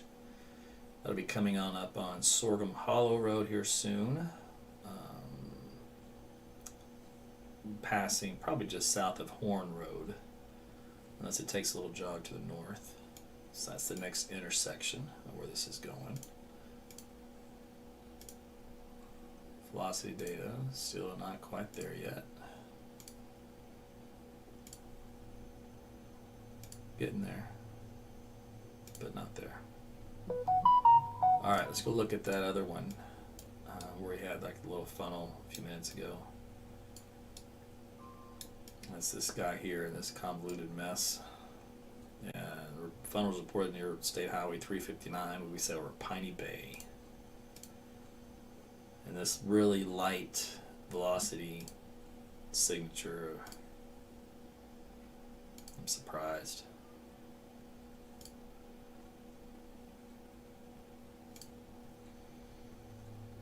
that's the worst it's looked. Or I should say, the weakest it's looked. Because your version of worst and my version of worst, maybe two different versions. All right, let's see. This thing expires at 7:30, east at 25. At one point, that at east at 15, so they bumped it back up. But there's that Piney Bay recreational area.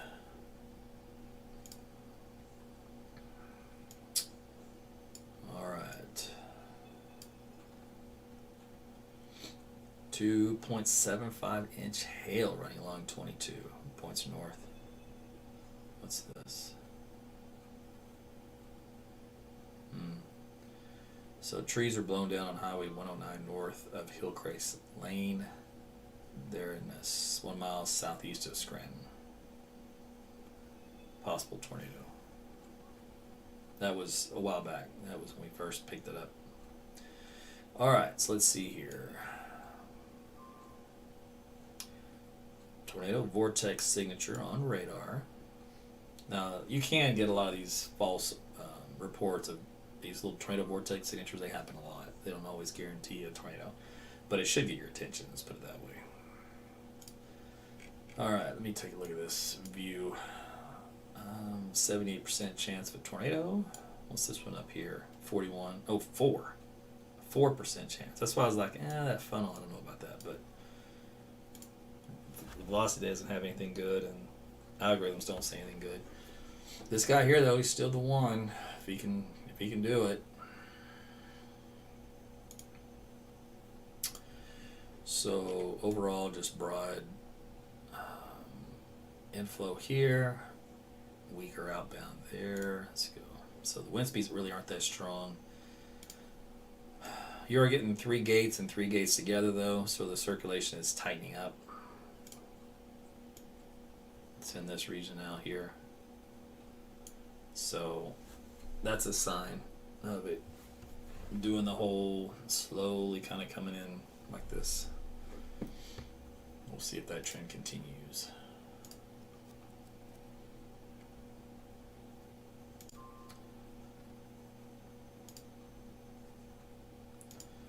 It's got some hail with the wrap around the back end.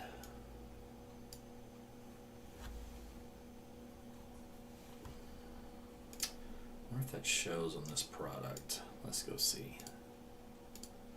It does. Alright, this little red area indicates hail. So the scales here on the left. The red, HA for hail. LH means large hail. Do you know what GH stands for? It's not gorilla hail, but it's close. Giant hail. Giant hail, well over 2 inches in diameter, talking up to around baseballs and softballs. That's your big hail. That's in yellow. So you don't want yellow. I never want yellow. Alright. This is really wrapped up here. So just on that reflectivity alone, it looks tornadic producing. It's a 74% chance now on the algorithms.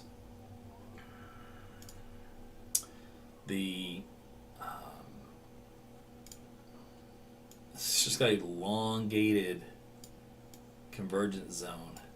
Surprised it hasn't tightened up yet with that reflectivity look to it.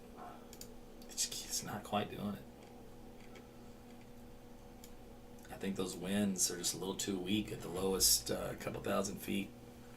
It needs slightly stronger winds, or it has needed. It needs something else to give it a little boost.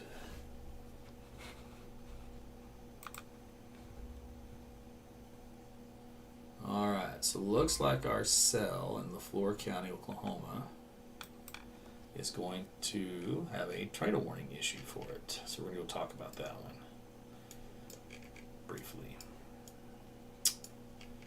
Okay, so in this one, look at that. It's finally got a little hook echo on the back end. 1.25 inch size hail too. So there's some storm spotters in here in the area, so they're obviously have a good look to it. And if they're relaying it all the weather service what they see, they're probably telling them, hey, I got a nice wall cloud. Probably the tornado's only 5%, so it's not imminent. The velocity data isn't all that impressive yet either. So it's got some time, but here's the warning just came out. So let's go read the warning together. So let me back out, and then we'll come back to this one in Arkansas. We got a couple pair of warnings. I went ahead and pulled the trigger on down there as well. So we'll just do them all at the same time. All right, that's fine with me. This will be in Oklahoma. Okay, so path real quick. Heavener coming in around 7:51. And the wording on this is moving to the east at 32 miles per hour. Radar indicated, of course, because it's not quite there yet. Max size hail 1 inch. Locations are Talamina State Park, Lake Weiser State Park, Bingle, and Summerfield. And that's for the whole storm itself. And then if you track, like we said, the actual tornado aspect of it based on its path, it'll eventually be this far, but it'll be out of the warning box by that point. But if it holds together, that's where it's headed. Okay, so that's that one supercell storm there. After that, we'll be getting pretty close to the Arkansas border. So now let's go down here to these guys in Atoka. Let's see what's happening down here. Okay, so information on this. Moving to the east at 31 miles per hour. Max high sail 1.75. Atoka, Tushka, Lane, and McGree Creek Lake for this particular storm. So be in your shelters for it. Let's see. Other than that, there's nothing there in the immediate storm track path. Let's go this guy up here. And wording on this one. No, not that one. There we go. Tornado warning for it as well. 2.5 size hail. Strington, Daisy, McGree, Northern McGee Creek Lake, Rednet, and northeastern Atoka Reservoir. Alright, and nothing on the path on that one. A lot of lightning though with this, and some good hail of course. So let me go do a little interrogation and see what kind of velocity data we're working with. So we're going to leave these guys here in Arkansas for a minute. It's still cycling up here. It's not having any luck. Let's go over here to this first guy from the floor. Nothing there yet. Okay, let's go to these guys. It's pretty far away. I'm going to switch radar views for this. So I'm going to load up a different radar. So let's let that one load.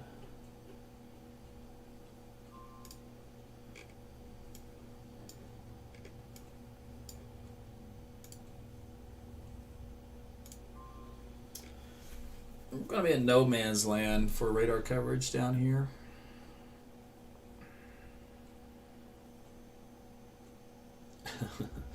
Just saw a report. This is in Arkansas on Highway 22, west of Delaware. 2.5 inch size hail. So in other words, tennis ball size hail. Multiple damaged windshields to storm chasers. That's a problem when you're storm chasing big hail makers. That can happen. Alright, let's go to this guy here. Let's see what we got on the velocity data. Okay, so we do have 2 mid-level couplets.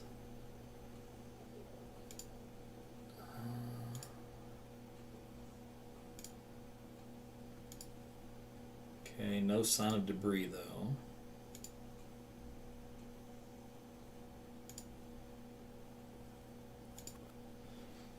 So the problem is the radar beam down here is at a little over 8,000 feet, 9,000 feet. Really, if you want to track a tornado, you got to be under 5,000 feet. So you really can't do that. So the best you can do is just track the mid-level circulation of the mesocyclone in the storm and kind of infer and guess, because we don't have radar coverage kind of in this area. The good news I have for that, here in Durant, a brand new Doppler radar is being installed.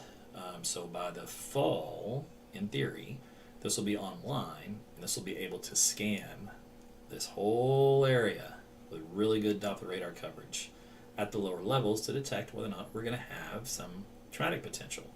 So all the warnings in this area are going to get far better here coming up eventually, by next year for sure. So I'm looking forward to that, because a lot of this stuff right here we have to guess on. So it may never produce a tornado, but with the current limitations we have, with the radar beam getting too high because of the curvature of the Earth, that's what we have to work with. So It is what it is. But some big hail come out of Atoka, that's for sure. Over 2 inches in diameter. That's a 70 dBz value, so you're probably talking 3-inch size hail coming to the ground with that deal. All right, so the path on this one, let's go back to, it's just broad. Even the mesocyclones are broad. Is there anything on here? Not really. So you obviously never discount the tornado warning, that's for sure. So just take cover. Let's see, the probability of a tornado in the algorithms, less than 10%. But that's probably because they can't see the lowest levels, so they don't know to add that into the equation. But regardless, it's an official warning, so take shelter if you live in this area around Redden and Atoka until that storm moves out. The path on this one is going to take it over just north of Tushka by about 1-2 miles. And then it'll pass to your east, and then eventually coming over Lane. So again, if you live in Lane and just north of Tushka, go ahead and be in your shelters for this particular tornado warned storm. Then this guy up here, east of Stringtown, is going to pass south of Redden by about 2 miles as well. That's where the hail core is currently. And that will move over a bunch of farmland. Both of these are a bunch of farmland. There's no towns at all in there. Closest road intersection is Jumbo Road North coming up, where that runs north and south. It ends. Is there anything up here? Well, it's the Indian Nation Turnpike turns is parallel with it. I'm trying to find an exit ramp. Springer Road. So it'll pass just south of Springer Road. And that's for this one over here in western Pushmataha and eastern Atoka counties. Alright, so that takes care of those two. Let's go back to this guy in the floor.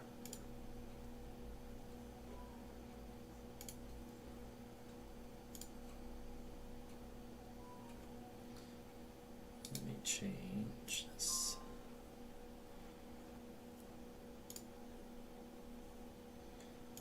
So he's got some really good, strong mid-level rotation at 15,000 feet from that radar view. It's too high up. But that's where that one is. Okay. Let me go to this guy here. So there's our little hook echo for the floor. Probability of a tornado is still holding at 11%. We're running at about 3,200 feet, so 3,000 feet. So we'll be able to see the developing part of the traumatic storm fairly easy. And right now we have a nice hook echo that's still developing. So there you go. Wall cloud reported about 5 minutes ago, and which I believe I discussed earlier as being probably the one thing that they would see. Alright, no reports on this stuff down here for any visibility. Let's go back over here to these guys in Arkansas. Okay, that one north finally died. I don't think there's anything left of it. There's this little tiny mid-level circulation, that's going to do nothing. So that thing's finally bit the dust. And this guy here, just on the tail end of it, just could not do much. It still can't. It's very disorganized. So that's great news. Probably the tornadoes at 44%. It's still hanging in there because it's in a favorable environment. It's just there's something here that's not liking. And there's got to be something we can find in the surface obs. Well, for one, that's 73 degrees over 68. This is 71 over 66. That might, and this is 70 over here, so that might be it. It's lost, it had upper 70s when it started, and it's already lost 5 degrees of heating, now it's 15. And that just may be the thing, it just doesn't have enough of instability, surface instability. So, it's good news. Let's keep it that way, right? Alright, go back down here to Oklahoma. So you gotta stay in your shelters here for these storms in Atoka County and in Pushmataha on the west side of Pushmataha until they pass through. But I can tell you right now, it's not overly impressive with the radar reflectivity, but we still need some eyes on things.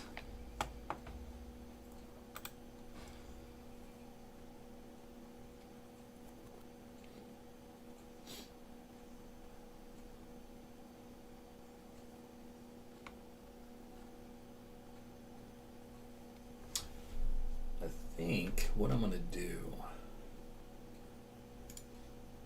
Ooh, the structure of this has gotten a lot better. Right in here.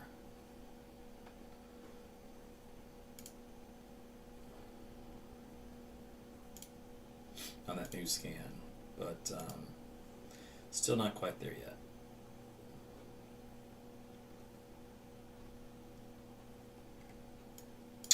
Alright, still some big hail with that. Okay, so let's do this. I'm going to back out here. So we've got 1, 2, 3, 4 storms with tornado warnings currently on them. Dew point values are plotted in the numbers, by the way. So the dew point values are in the 60s. So that's plenty of juice, we call it, for tornadic development. That's one of the ingredients that you need. If you look at the air temperatures, we're in the upper 70s to near 80 down here in southern Oklahoma. That's why these storms down here are going nuts. This storm is struggling, probably because it's getting into these low 70 temperature, low 70 degree air. Same thing for these. We checked out the temperatures up here; they're in the low 70s, and that seems to be the dividing factor here. Let's see what else I got here for you. Let's turn these off for a minute.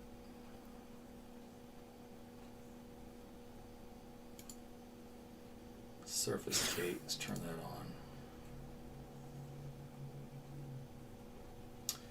on. Okay. So surface cape is a raw measure of instability when you combine temperatures and dew points. In other words, just the heat of the day with the humidity. So cape values are right around 2,000 or so until you get up here, and they drop quickly in the green areas to 1,600. So you lose a lot of instability once you get north of this little region. And these guys are trekking along in this lower instability area. Down here in southwest Oklahoma, it's off the charts, 3,500. Same thing for Oklahoma. These storms right here are feeding into these 3,500 joules per kilogram of cape values. This is pretty high. And even this one up here, I'm surprised. It's actually going to some pretty decent cape values according to the meso-analysis. So actually, I should be doing better than it's doing. All right, let me see about sin.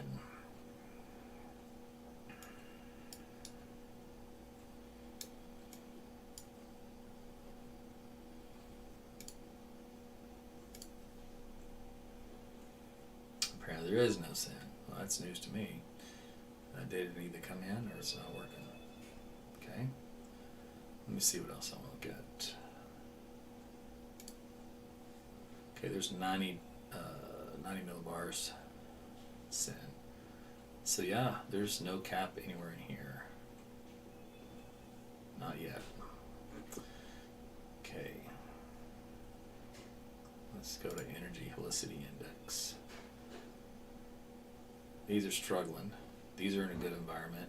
And these aren't quite in the best environment yet for that. Let's go to the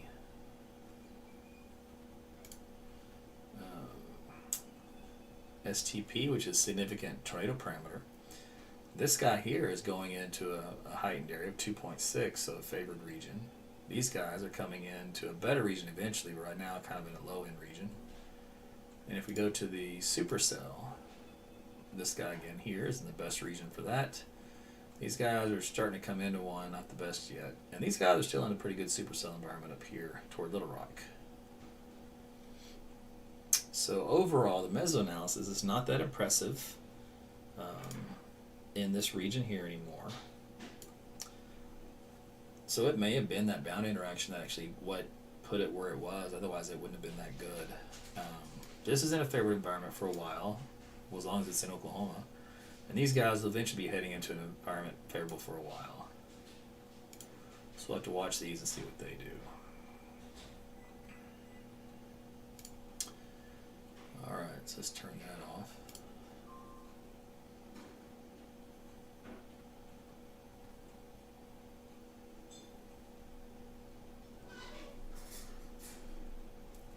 So let's go do a little round robin here. Let's just see how our storms are doing. So starting in southwest Oklahoma again. Toka, Bruno.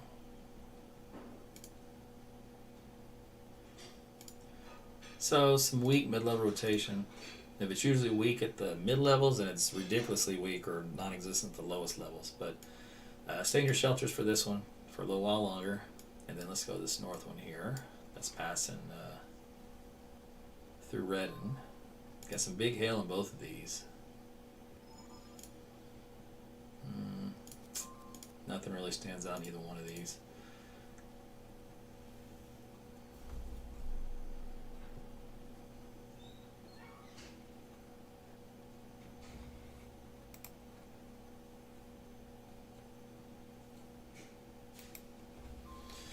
Alright, let's go look at the floor.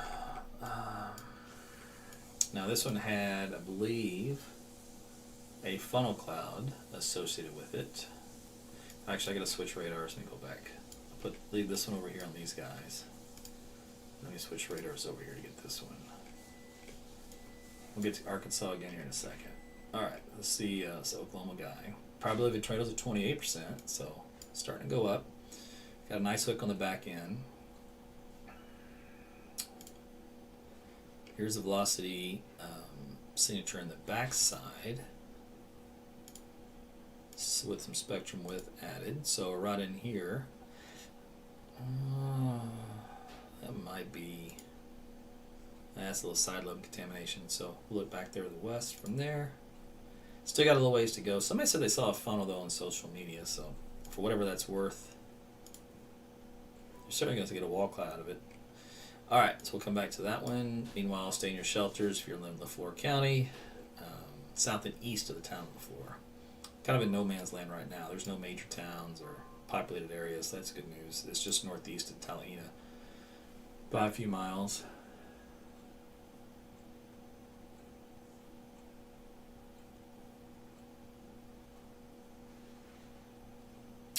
Okay, so I got a better description. It is a wall cloud, slowly rotating wall cloud with a lot of little ragged looks to it, which look maybe like a brief funnel in that mess. Very, very brief, they're saying. So I can go with that. That makes a lot more sense given what I'm seeing on radar. So we'll just watch this, give it a few more minutes, a few more volume scans of the radar, and I bet you that'll look a lot different, probably a little more meat to it. Alright, let's go back to this guy here. Remember the northern fringe storm? If you hung with me earlier on, I talked about how they usually keep a tornado warning going until they think there's just no chance, because they don't want to go back and forth between a tornado and a severe. So they've obviously thought there's no chance. They just went to a severe on this northern stuff around Dover. So now let's go to this one around Delaware. Remember, this is where the storm spotters had their windshields crushed in along 22. See all this pink west of Delaware? They were all in here watching this inflow, thinking that they'd be fine. And they weren't. Anyway, so that move on. Let's see what happens here. He has a 2.5 inch there. Tennis ball size hail. Okay, so let's go here to the velocity data. Spectrum width. It's not that noisy. Still not doing it. I'm not so sure it'll ever do it, but that's fine with me. Alright, so this is the area of what would be a potential tornado should it finally produce one, which it hasn't yet, and I'm not sure that it will. But it's going to follow kind of along this little yellow line that's running west to east, which parallels Highway 22, State Highway 22, south of Delaware. And this thing's been pretty consistent. So, in other words, it's been going west to east along the highway. Watch this. See? The hook's staying just south of the highway the whole time. Meanwhile, the hail core has just been trashing every vehicle on the highway. That's a horrible feeling, right? Driving down the interstate or the highway and storm coming, you don't know what's in it, but you get plastered by hail up to 2.5 inches in diameter. That would not be a fun experience, just saying. Alright, so right now Delaware's getting the big hail. Russellville's on the fringe, and Darnadale's also on the fringe of this activity. So we shall see what happens, but right now I can foresee a wall cloud, and at most I can foresee maybe little tiny brief finger funnels or something, but not a tornado yet with the way this is looking, which is good news for you, but it's almost getting out of the tornado warned box, right? So the warning box looks like this. and we are now in this position. So about another 10 minutes, it'll be in this position, and that box will be over with. Now, if nothing happens, and this hook echo goes away, they'll let this expire, and they may not issue another one, because we haven't had a tornado touchdown at all, this entire tornado warning polygon. So to reduce false alarms, they may not issue a new tornado warning. They may leave it as a severe thunderstorm warning. We'll see. But a lot can happen in 10 minutes. We'll see what the trends look like. Right now, the trend has gone down for the probability of a tornado. It's at 23%. Still looks like a good-looking storm. It just, there's something missing that it doesn't like. And earlier we looked at the wind speeds. I think that's probably the reason. Am I still? Yeah, I am. Let's go back over here. So is that funnel we were on earlier in the Floor County? Come on. Brief suction spots 2 miles west of location. Well, this guy reported a phony reporting earlier on in the day. He got a little excited and reported too early before anything happened. He was forecasting the touchdown of a tornado versus actually reporting one. I think that's the first time I've seen that, where a storm chaser just wants to be to have the clout so bad, they just go ahead and call it when it didn't really happen yet. That's a bad precedence. All right, so wind speeds here, a little weak, 8,000 feet. These are all okay, nothing crazy, but they'll do the job. But down here, there's 10 knots, a nice directional shear, but 20 knots, 25, it's okay, but they're a little weak right here.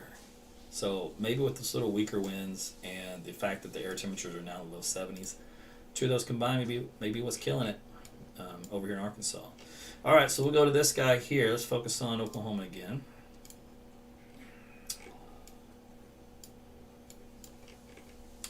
All right, let's see what the data looks like. So this is your couplet, or your area of interest. It's not really even a couplet yet. It's still a broad area of circulation, so the word's a nice wall cloud.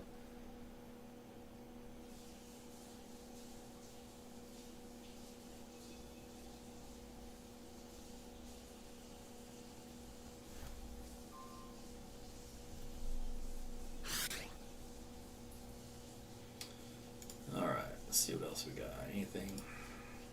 Let me update this.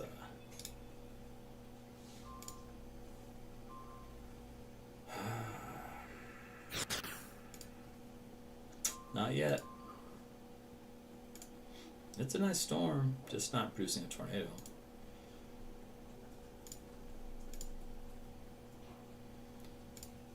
So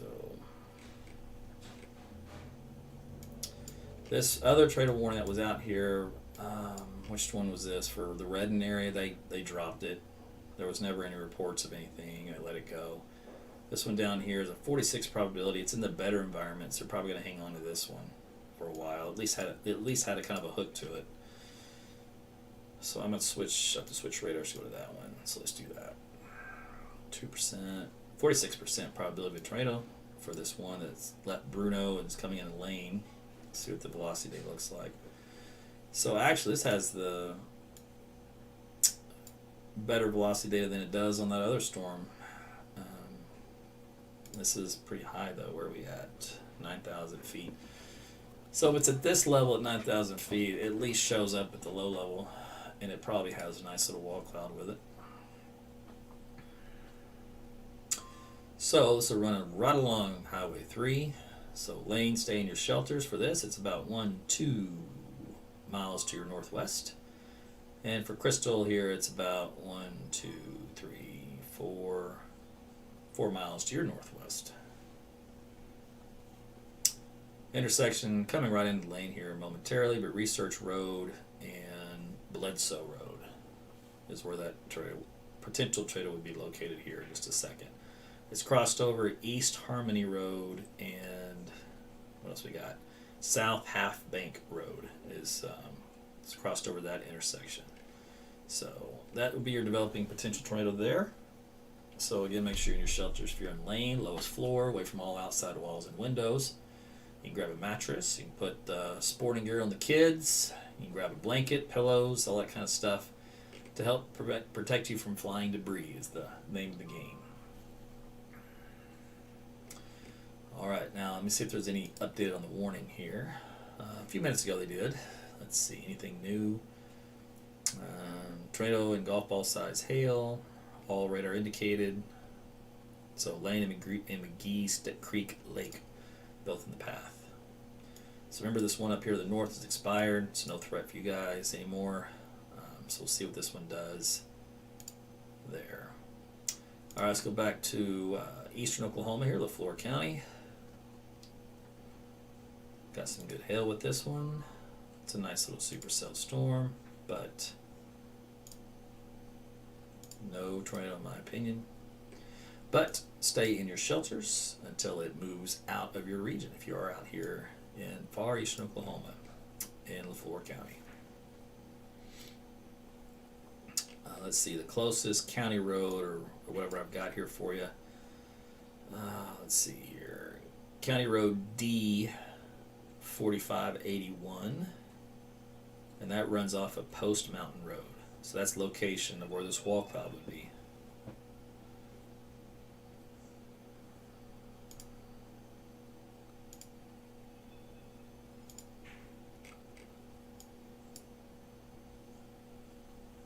Probably the tornado is 19%, so I think that's actually, did that come down? Let me go back a few. What was this one? No, that was 28%, so it did come down. And prior to that, it was 11. So it went up and then came down. So it's having some trouble. Alright, let's go see what this mess is doing. Oh, this thing just fell apart. Yeah, it was having so much trouble.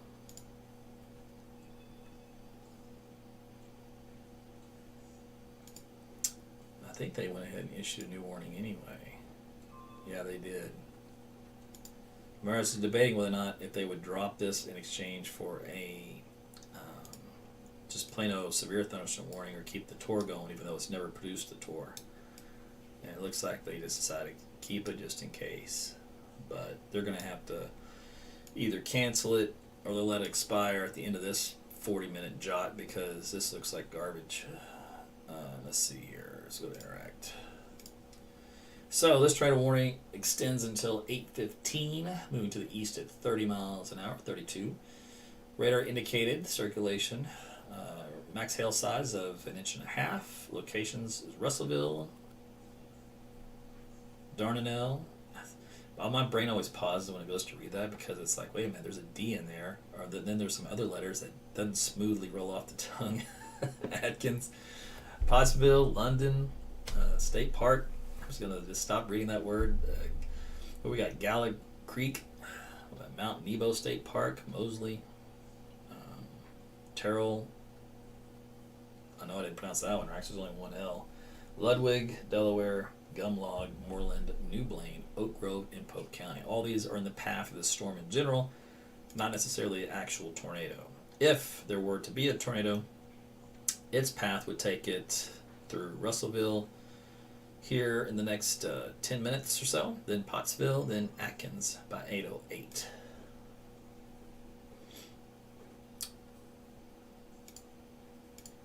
Let's see here. So it's just really weak, broad circulation. So it has not tightened and it has not strengthened.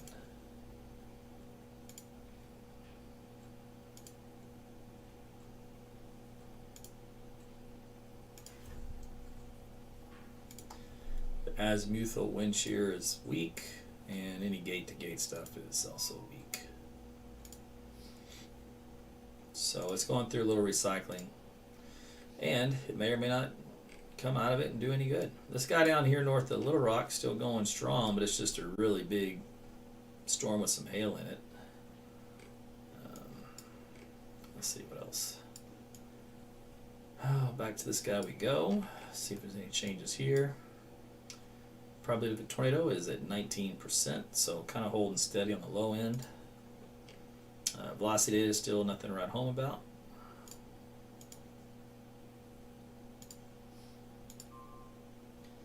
And on top of all that, you see where this is located? Nothing but trees as far as the eye can see. Good place for it. great place for this storm.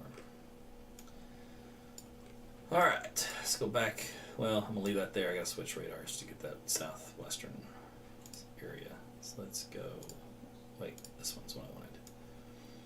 Okay, so we had earlier talked about lane being on your shelters because it had at least a decent couple at the mid levels of the atmosphere.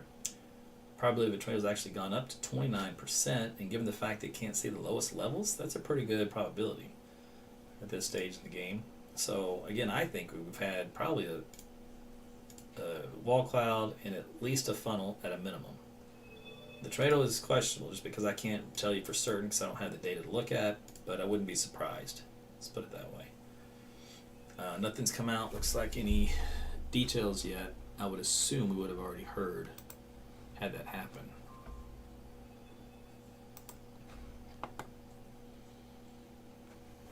I would have assumed word would have gotten out. So the fact that word hasn't gotten out, maybe it's a good sign.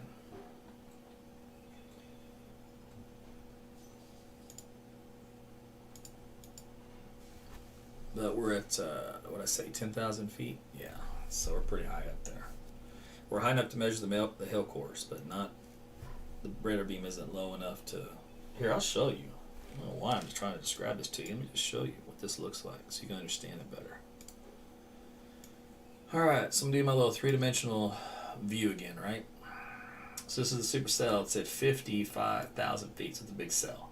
Now look what happens. I'm going to tilt this up so you can see. This is the level of 10,000 feet right here. Now, from 10,000 feet to the surface, what do we have? Nothing. We have no data. And where are the tornadoes best sampled? In the 5,000 foot range. And we definitely don't have data there. So that's why sometimes there's a lot of over-warning for tornado warnings in far southern and southeastern Oklahoma, because this is what the warning coordinating meteorologists have to work with. Not much. So you have to take what's going up here and you have to infer a lot down below with the environment, a lot of educated guesses to decide whether or not to pull the trigger. And then of course what helps out really in this case is getting these eyeballs in the field. So they can go, whoa, hello, tornado, and then that gets back to us. So this is where storm spotters really help out when we have a lack of data. So that's the situation down there in southern Oklahoma. And that's why I can't be certain like I can in other storms, because this is what I have to work with, and it's not much. So in this case, I mean, I look for stuff, for signs, and the best signs is if I see a really strong mesocyclone. Like for example, this is a really strong grouping of colors in this area, but I would have to look to make sure this isn't some contamination of just noisy velocity data. But should it be very strong, very concise, then that tells me if I'm really strong at this level, then I probably can work that way down to have a tornado. My probability is a lot better. That's the best I can do you for. That's what the Weather Service does when they issue those warnings down there. Alright, so let me see here. Yeah, I think this might just be a little noise. Yeah. Alright, so that's that. What else we got going? Anything? Nothing in North Texas. Is some new stuff right here along the Red River. We'll see if anything comes of that. Meanwhile, let's go back and check out Arkansas and our buddy here on eastern Oklahoma. So this guy, it's LaFork County again. Nice, better presentation of the hook. So structurally, it looks a little bit better, but on the velocity data, still coming up short. So while it may be a nasty storm, it's missing something. All right, let's go over here to Arkansas again. Russellville. You guys have still probably been hanging out in your shelters for who knows how long, because I got to say your name for the last 2 hours. But regardless, let's see what's going on out west of you. So, same idea with this one. And I'll explain it to you this way. Alright, so let's do the reflectivity first. So what you're going to focus on is... Alright, so this is kind of like the hook echo that comes down and then wraps up. Kind of a deal. Okay. So let's go to, but it's messy, right? It's not pretty like the one in Oklahoma. If we go to the velocity data, so you have these winds that come in like this, and you're having these winds that go out like this. So you have this overall broad area of circulation, but it's not doing this. It's not tightening up to this little spot. So as long as it's out in this region of broadness, no chance. So what we do is we watch to see if this thing tightens up, and it's not anywhere close, and it hasn't been. So until that does, we'll have to wait and see. All right, that's still going to run down the highway, west to east. No change there. And at times it looks a little bit better, like this new scan just came in. It's more separated now. Looks like a little better inflow into that notch. But velocity data is still RFD dominated, which means roof link downdraft. So still not going to worry about it yet. But stay in your shelters again if you live anywhere in this area, just until the storm passes, and it's got to go all the way to Atkins before that happens. All right, let's go back into Oklahoma. So what's this guy doing? Anything? Nope. Nope. Nope.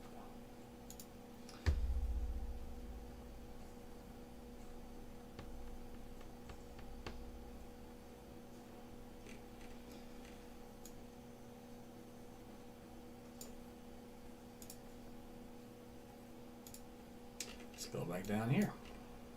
One of these, you know, they're all about the same. They're all struggling. They're all struggling. It's not a bad thing to struggle, especially when it comes to tornado storms.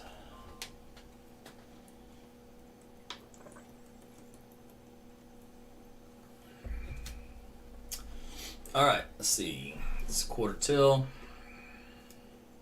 We have 3 tornado warning storms. None of them are currently producing a tornado, although any 3 of them possibly could in theory. However, nothing imminent the way things are looking right now in the data. The only one I can't say for certain is the one down here near Crystal, so just stay sheltered along Highway 3 until it moves past you, just because I don't have the data to look underneath, so I don't know heads or tails on that one. So just err on the side of caution. So there you go. All right, let's go back to the maps. Let me see what I got here.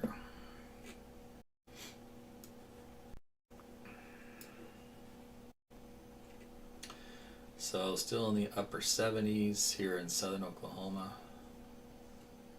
So it's not bad. There's low 80s there. This storm up here is feeding in low 70s. That says 69. I'm sure that's already been affected by the storm at some point. Let's go to this guy. So there's mid 70s, upper 70s down here. So that's the best ingredients for severe weather for the rest of the next few hours is these southern 3 counties, 1, 2, and 3. That's basically the best area. And that's only because there's still some residual instability for slightly warmer temperatures and slightly higher dew points in that area.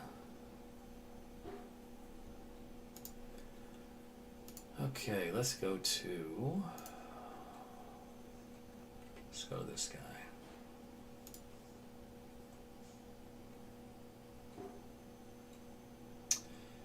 All right, so we're going to look at the infrared satellite picture. How long am I going back? Oh, I don't want to go back that far. Let's go back this far. Okay, so what we're looking at is cloud tops for strengthening or weakening. Where you see this batch here for the tornadic storms earlier, where it said that dark red at the top, like these guys have dark red. Now this storm's here, they're still going. These guys here have weakened considerably from when they first started. Now out here in Oklahoma, same thing. This guy here is still going a little bit, but he's weakening the last few frames. Right here you see this dark red, and then there's barely a little tick there left. So unless it pulses back up, this one's already on a weakening trend. These guys here, they had some dark reds early on. Look at them. Look at this one go. And this one is producing some monster hail. Same thing with this one down here. Big hail, big storms. And the last few frames, they weakened. So that's what happens with loss of daytime heating. Every little thing matters when you're talking about severe weather, and every little thing matters when you're trying to get a tornado to be produced. Any of these little things that are off or start to diminish in intensity, you're fighting Father Time.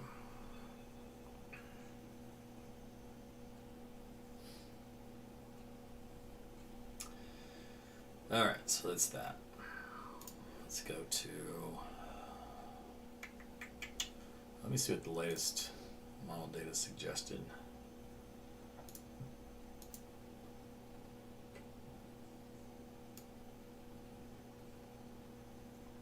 Nothing in Texas, so let's go Arkansas, eastern Oklahoma. So what's it going to do? Let's bring those storms through north of Little Rock. It's got this guy coming out of Oklahoma, going into western Arkansas rather, but then only hanging on for about an hour or two, then it diminishes. And then that's it. So what's it, midnight? I think earlier we looked at this, midnight hour, things start to weaken pretty quickly after that, and that's exactly what's still happening. Alright, let's go to Oklahoma. We'll see if it can even knows about those storms south. Okay, it's got them down there. So let's see what happens. Oh, it fizzes them out. Yeah, they don't even make another hour, and they start to die, and that other one moves into Arkansas for another hour and it dies. So this is quickly coming to an end.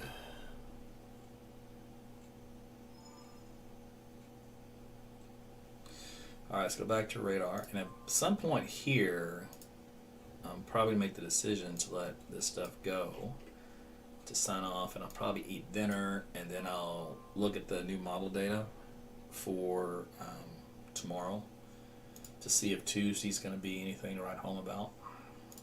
I know you guys have been scared out of your ever-living mind now for 8 days. So you're probably curious, was all that fret, anxiety, fear, was that all for nothing? I don't know, we'll see. We'll look at the data and we'll find out tonight about 9:30. That's when I'll go on for that. Let's go back over here. Oh, they dropped the tornado warning for LaFleur County because it never produced and looked like it was never going to. Alright, well, that's a sign for me to say, yep, let's let it go. And then let's see what happens to Russellville. It's radar contamination here from side lobe. Let's see, how far are we away from the radar? We are 40 miles. I'm at 5,000 feet. Where's Little Rock? I think that's probably... It might be a little closer. Let's go pull up Little Rock and see. And I can look at those storms north of Little Rock in a little more detail. So, Weather Service will be issuing a tornado warning for Push and Choctaw counties. Push-Mataha. For that cell we were looking at earlier. Because they don't know what's going on underneath it either. So it's just to cover your behind warning. Alright, let's take a look here. Anything out of this mess? Nah, it's linear garbage with a lot of lightning and hail. Alright, so let's go up here. We are... not bad, 4,000 feet, 52 miles. Okay, anything better on this vantage point?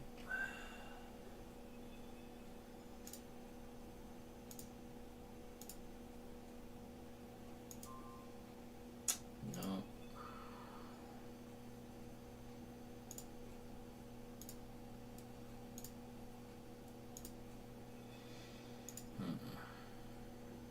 No. Alright. This is what happens. Oh, let me go look at that other warning for extended warning now for this new warning they issued for this one real quick. All right, probability of tornadoes at 55%. Hey, the highest has been for this one. All right. So algorithms are starting to get a little excited, even though we don't know what the data looks like at the lowest level. There's a lot of noise, though, and if the algorithm isn't smart enough to know to filter out some of this noise, that may be triggering on that. Okay. Otherwise, it isn't looking any different than it did before. Okay, so I'll just read off the current warning on that. So let me back out of this. Go down here. So you guys toward Hugo and Antlers, you're going to need to seek shelter from this tornadic thunderstorm. Radar indicated potential circulation equaling potential tornado. So not a guarantee, not sighted, not spotted, just possibly could be. So be in your shelters anyway till it passes. It'll last until about 8:30 for the official warning. Moving to the east, well, a little southeastward drift, but yeah, east-southeast, because it's running right along Highway 3 at 26 miles per hour. Radar indicated max hail size of 2 inches. We got Antlers, Kelland, Kent, Darwin, Spear, and probably Delaware is what that's going to say. But that'll be just outside of Raton and Hugo. Oh, let me do the path on this. See if it'll give me a little action here. Where are we?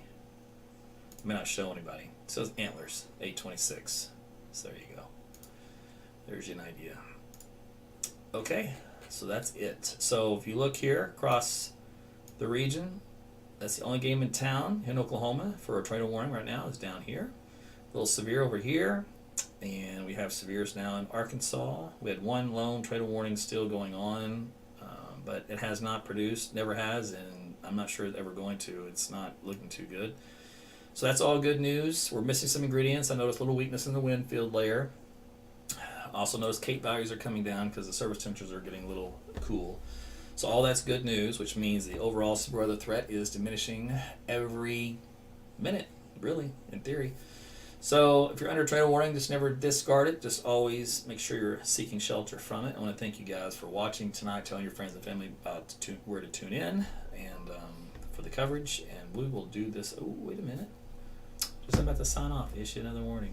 But from a different storm, different location. So let's go take a look. This is coming into the west side of Little Rock over time. So let's zoom this one in. All right. Okay, you gonna get off that thing?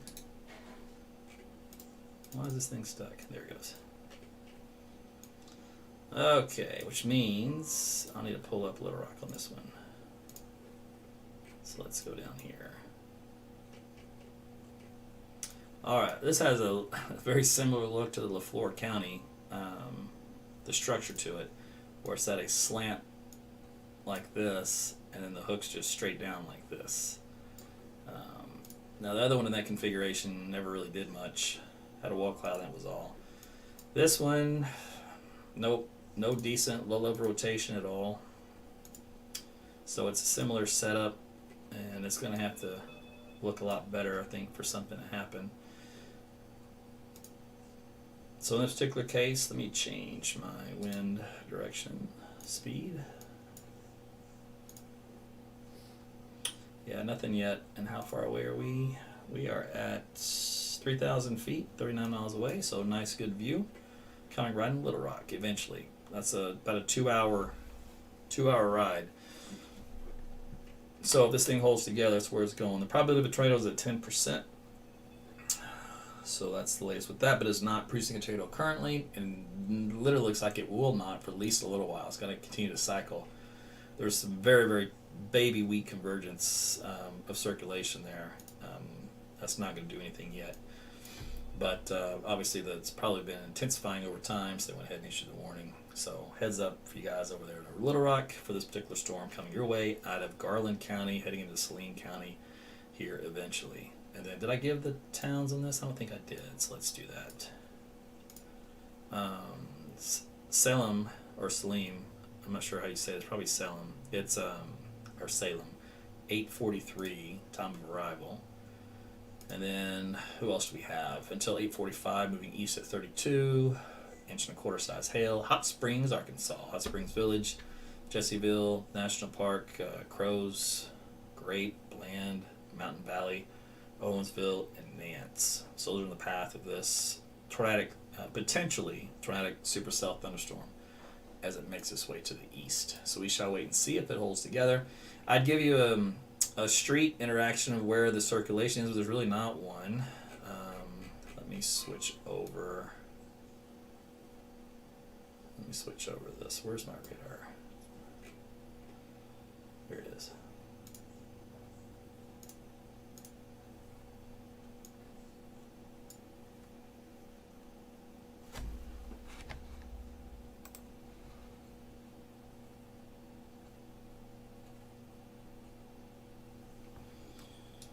Okay.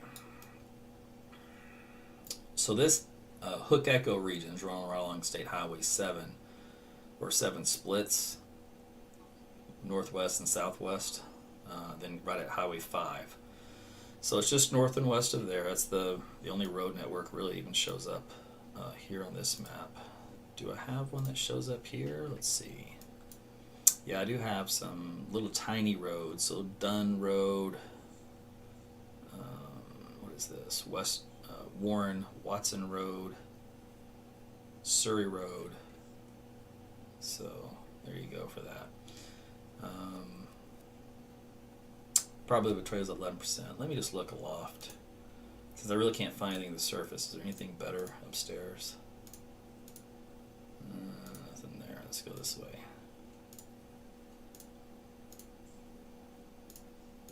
No. Alright, so basically we'll just watch this one. It's kind of still at infancy and new. We'll see if it does anything. The temperature is just going into 75 degrees, so it's at least a couple of degrees warmer than these other ones have been, but not by much. 75 in Little Rock, so it's kind of on the borderline of better instability. So we shall see. Alright, let me think. Anything else I wanted to look at? I think that was it. Okay. Alright, so I'm going to sign off for now. I'll watch this behind the scenes, and if it looks like, it's a confirmed for sure, official, tornado kind of a deal, doing damage, then I'll cut back in for this one, because it is heading toward Little Rock, so obviously that would be important. But if it's just going to do what the rest of them have done, which is a lot of bark but no bite, then we'll just let it go. Meanwhile, I'll put together the forecast, and we'll do a live around 9:30, and we'll see how the data looks for Tuesday. Prior data sets had a really potent, loaded day of severe weather ingredients, but it also had a lot of nuances that could really mess everything up and just mean one big bust, which means absolutely nothing happens, or very little happens. So obviously we're all rooting for the latter part. So that outcome is far more probable than the Armageddon outcome that you've been promised for 8 days. So I'm going to calm you down again. I will say this though. Let's say, let's put it to you this way in layman's terms. Let's say the entire state is completely dry except for one storm. Well, that one storm, if in the right position, with all the ingredients in play, could be a storm that goes down as a pretty decent storm, meaning big tornado, damage, depending on where it goes, big hail. So it only takes one storm to ruin somebody's day when it's like that. So we could have 99.9% of the state bone dry or storm free, and that 0.01%, boy, they won't be happy, and I don't blame them, because it would be an ugly storm if it were to actually develop. So that's kind of the way the atmosphere is primed for tomorrow. So we shall see. Let's see. Hold on a second. So this is irritating. So the Russellville storm that we looked at. So remember on radar it didn't look good at all, looked really pathetic on the velocity data, but then there's a storm chaser that swore they saw something west of Russellville. Very brief. Brief could mean 5 seconds, could mean 1 second, could be 10 seconds. But then they said the circulation is wrapped up in rain and can't visually confirm. So if you can't visually confirm, then what are you doing? So to me that's irritating, because that kind of information just gets thrown out there as confirmed tornado. Well, is it or is it not? You did a lot of leading up. There was a lot of built up to this story to only say at the end, I can't confirm because I can't see it. Well, then don't report it. But storm chasing is different, man. It's different animal. Hold on a second. There's something else I think went. Okay. It's gonna sign off. Every time I sign off, another warning comes out. All right, let's go back. Let's look at this real quick. All right. So, by the way, this is the one up here in Russellville. And actually, the outcome of this looks, or the structure of this looks a lot better. It's like better now than it's been this entire trek. So, velocity data still doesn't look impressive, but the structure of the reflectivity does. So, whatever would it be in there, if there was anything in there, it's all surrounded by rain, so he wouldn't see it anyways. All right, so we're gonna just ignore that for now. All right, so in this tail end, which was a line of nothing, and some heavy hail, especially this tail end here, a lot of hail coming in around Mayflower, just north of town, right along, let's see, what highway is this? State Highway 89 and Interstate 40. All right, they put out a tornado warning for the town of Mayflower, so be in your shelters on the east side. Let me see what the data shows. Well, interesting. The data shows one big RFD. So why would they issue a tornado warning for an RFD? It's a straight line wind event. Maybe because it's got powerful, strong winds around. That can't be it. That's only around 55. There's 60 miles per hour. So let's do that for you. So let me back this out. Where are we?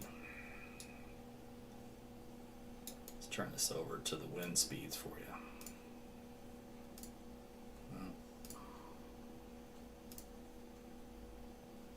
Okay. If I probe these, there's 60. It's just a line of 50 to 60 mile per hour winds. There's 65.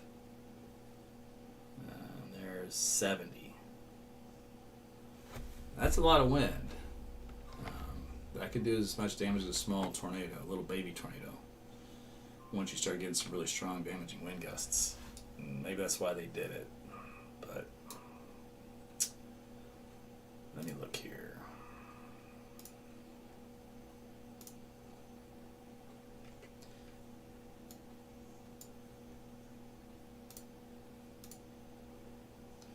Otherwise, yeah, and on top of that, it's a wind-driven hail. Oh, that's gotta be brutal. These hailstones here in white, you see these values here up around 73 dBz. Oh my goodness. Oh, that's gotta be horrific. I bet you the ZDR is all negative. Yeah, ZDR is all negative. Let's see what the CC is. CC should be in the 8s, yeah. It's a big hail. It's a big wind-driven hail in that area. So let's go take a look at it upstairs. Let's see what that looks like. I'll do 2. Oh, that's low to the ground too. That's not even held aloft. That's just driving right down to the surface. Okay, let's go this way.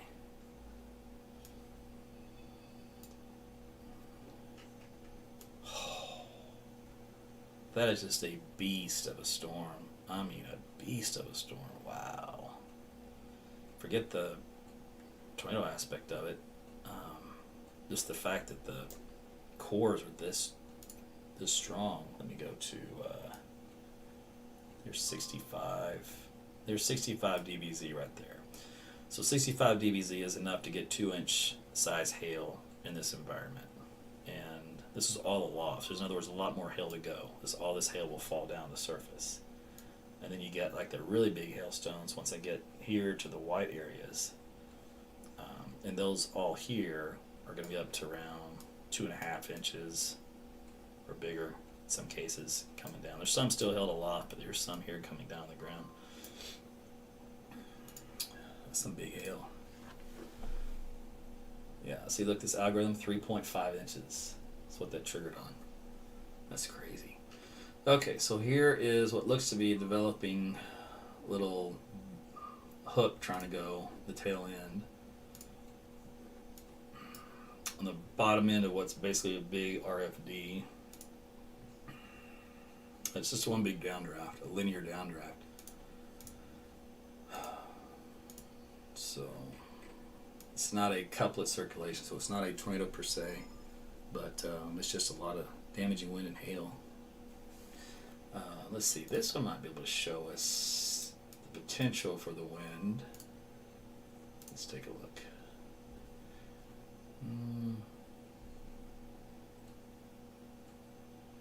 Not as impressive as I thought it would be.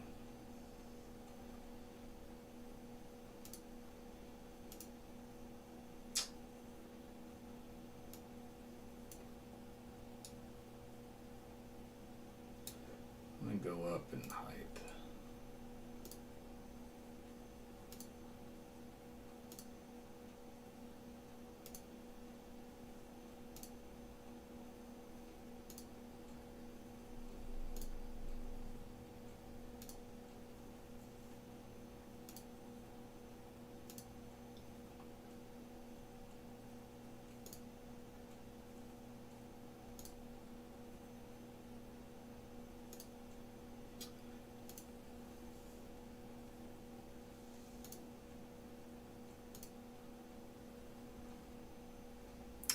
Let's go here. Track for this, Cabot at 831. So east of Mayflower now, running right along Highway 89. So this is kind of what is trying to become a developing hook echo. So your inflow is into this region here. So this is where it's trying to produce a tornado. So what they did is they did a proactive early warning for this. Monitoring trends, because there hasn't been one yet, but there's been a lot of wind.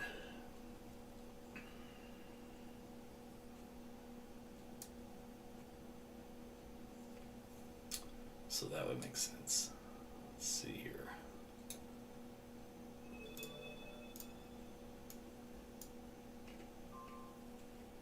So Cato here in the path on the tail end of this guy. And then Cabot later on. Gibson's going to be south of it. Probably the tornado is at 79%. Yeah, they're talking about a dangerous wind signature. That's what they're warning on it initially. If it doesn't go tornadic, just the fact the winds and the wind-driven hail, that's destructive. So that's, it could be, there is a point to where when you hear severe thunderstorm warning, you don't think a whole lot about it. But if you hear a tornado warning, you're going to think a lot about it. So there is a little psychological words at play there. So either way, it's going to get it covered. So a little more enhancement in the reflectivity here. So it looks like things are trying to get going. Let me update the warning motion. So yeah, we're getting a little bit better coordination here as far as the circulation. Oh, here we go. It's picking up now. So yeah, Oakland Roads. We're going to have a developing tornado here just any second. Probably already have a nice wall cloud. Probably already have a funnel now. So it'll be touching down. This is coming right along the Highway 89 to the east. This is all northwest of northern Little Rock. So passing north of Little Rock. There is another storm down here southwest of Little Rock, but it's currently in the velocity data does not look that impressive. But this one up here is just a really big wind maker. And is now going to turn into a tornado maker, it looks like. Yeah. Yeah, I think we've got a tornado on the ground. So now we have an official spike here in the data. So we go to the frame before, there it was. I go to the frame now, and there it is. The brighter the colors, the stronger the correlation. And it looks like we do have a tornado debris signature here with the blue. So we do have official tornado on the ground at this point in time. Right along, as we said, Highway South 89. The closest exit is at Matt Abbott Road. So you need to be in your shelters if you live along 89, or obviously if you're on the highway, you get off the road. But this is be passing just north of Cato by about 2 miles. And this is, again, in Arkansas right now. Let's see here.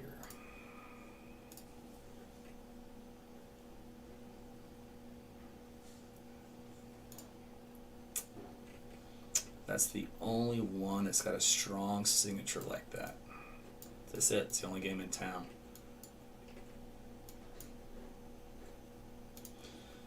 So, see how the hook echoes really wrapped up? So we basically watched this thing develop, and now it's tightening up quite a bit. So we'll end up getting a pretty significant tornado out of this, which is roughly like an EF2 strength, which is going to do a lot more damage than EF0, EF1. So this is north of Little Rock, so be in your shelters. If you live in Faulkner, south of Faulkner, the very tail end of the county, right over Cato, is basically where this tornado is located. Developing tornado is just north, right along that highway, State Highway 89. So let's get this on here for you. So there's State Highway 89. That ends at Sales Road, or Sally's Road, however you want to say that, and Fortson Road coming up. So this particular tornado will run right along the highway, west to east, eventually coming up over here at 107. So that's where this storm is going to reside. This is east of Mayflower. Again, I mentioned the town of Cato. Let's see here. Radar data is a little messy here because it's a lot of turbulence, so it's not a clean presentation. This little spot in blue should be all red. Azimuth wind shear is off the chart here, of course. Let's go to gate shear. Actually, that product is a little late, although I think this might be what it's trying to show here. The bright colors on the map is like that is what you want for confirmation. Let's go back to reflectivity, and then I'm going to correlate this with the cross correlation coefficient. So all in here, this blue area, all in here. So that would be where you'd have debris that wraps around inside the hook for the traumatic circulation.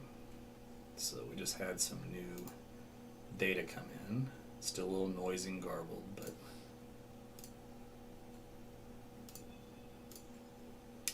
yeah, it's kind of wrapped up itself like an arm, right? So it comes at you and it's kind of doing this.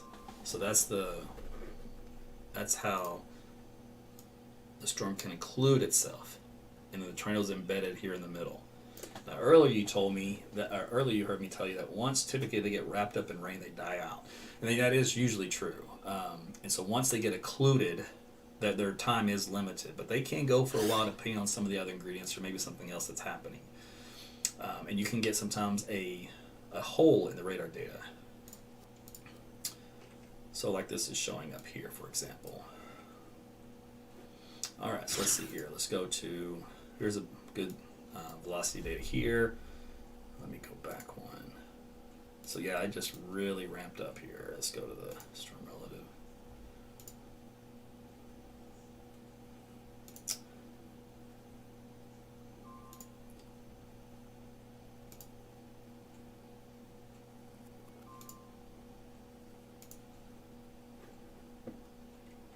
So this is a updated warning for a tornado emergency. Probably if a tornado's gone up to 87%. So this now turned this double line polygon for pink means a tornado emergency. So it stands for Cato, Gibson, Olmsted, Macomb, Little Rock Air Force Base. Tornado warning remains in effect until 8:45 for northwestern Lone Oak, southeastern Faulkner, and northeastern Pulaski counties.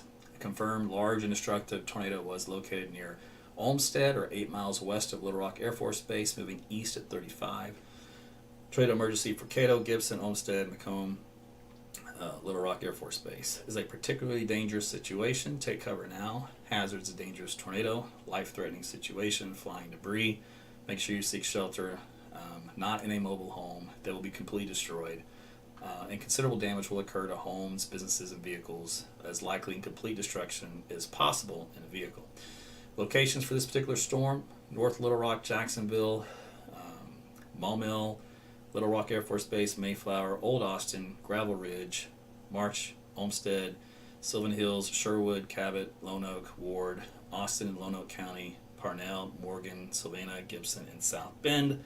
This includes mile markers along Interstate 40, between mile marker 131 and 143, and between mile markers 168 and 173. Interstate 440 near mile marker 14, and on U.S. Highway 67 between mile markers 6 and 23. That is a very detailed warning covering a lot of people. So this is a look at the Supercells storm. This is the one producing the damaging tornado just north of Gibson. So we're looking at the hook echo of it run along the highway of 89. Take a look at the velocity data. The red and the green have come together, a very tight couplet. If we do a point, and it may be too far away to get an accurate estimate here. So yeah, it probably is, because we don't have two gate-to-gate couplets. I know it's going to be stronger than an EF1 tornado, which is what a 50% probability that that particular spot had. Let's see here. Go up.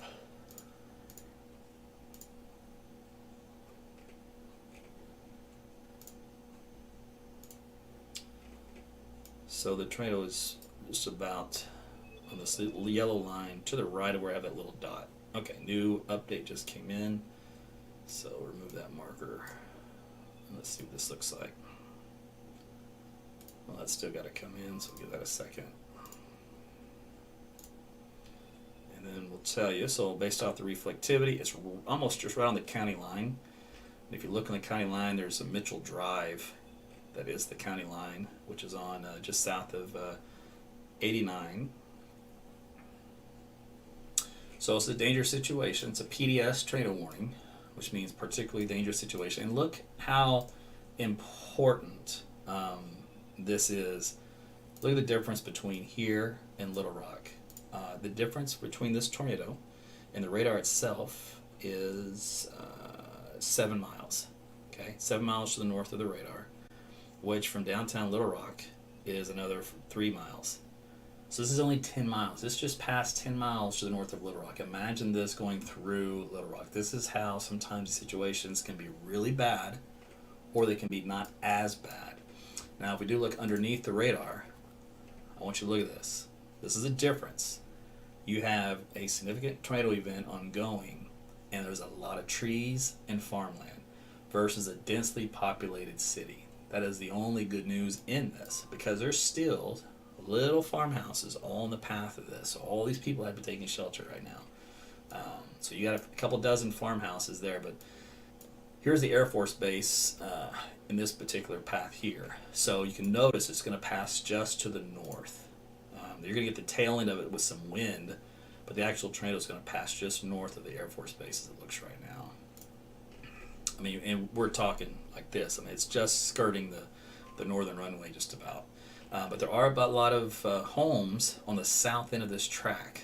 So for any reason at all, it takes a little bit more of a right turn, goes a little bit more south of east than what it's currently doing.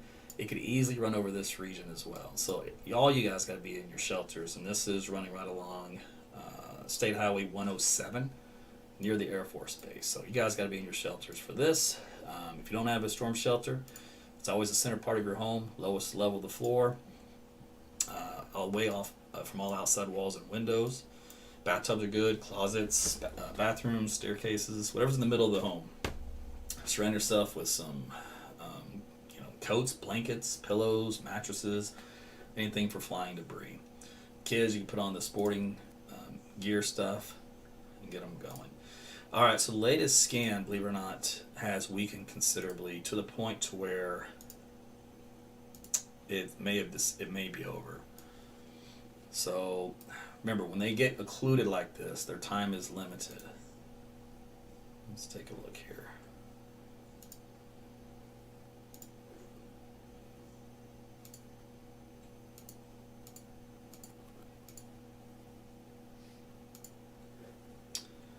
All right, so the good news I have in this, I did not see a huge amount of debris being lofted up into this hook presentation. So that's good. Now, when you're asking, what would that be? Like what you're talking about? Well, it would be cows, it would be houses, trees, anything that's not weather related, that would be considered debris getting lofted around. So the bigger and the more voluminous of that debris, the more numerous, the stronger the signal that we look at in the data. And when I'm looking at the data, I only see some very small signals of it, and only on occasion. So that tells me there wasn't a whole lot of damage with this, which is really good news, at least in the radar data presentation. Of course, that can be relative, obviously, because if you're in the path of that, you would consider that serious damage. but let's just put it this way: it could be a lot worse than it's not.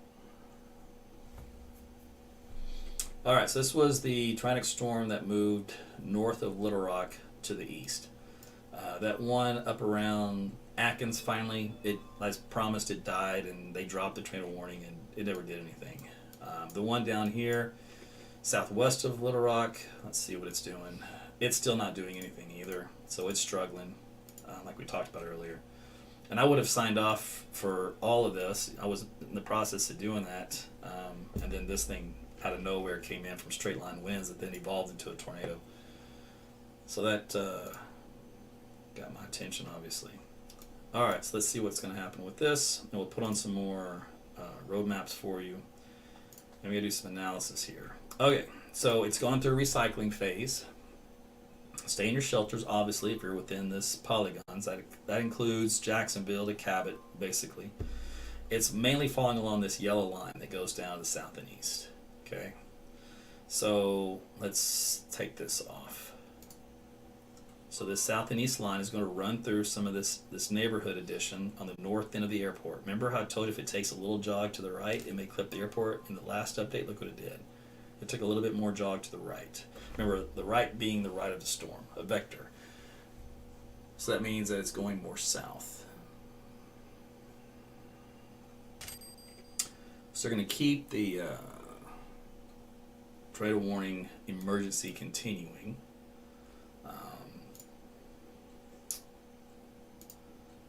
So in this case, the radar presentation, it is a very large, wide area of wind that encompasses, place marker here, and then measure for marker. Okay, this thing is 8 miles wide of wind. So in other words, that you can't have a tornado that's 8 miles wide, okay? But you can have 8 miles wide of just circulating wind that's just windy on all ends. And then as you get closer in, the winds pick up until you get to the center of it. Now in this particular case, the center is now elongated to more of an S shaped. Okay, so it's not just a few gates tightly packed for a tornado. It's just a very large mesocyclone. And we're looking at only, good grief, we're at 100-something feet off the ground. So we're at the lowest levels for this. So let me go upstairs. I mean, look at this wind here in blue, for example. That's 83 miles per hour. So let me show it to you in this aspect.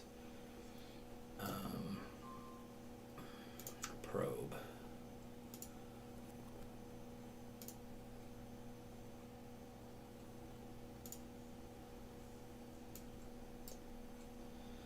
All right, so that was 60. Let's see. Do I have? These ones are going to be different, aren't they? There's some. That's around 86 miles per hour. And that's just, again, a couple hundred feet off the ground. So that's the incoming wind toward the radar in this particular case. And that is some very strong wind. So usually these circulations, obviously there is a lot of wind within a tornado. It still extends upward in the cloud. So you still have a lot of that momentum still circulating around. Some of that will still come down to the surface.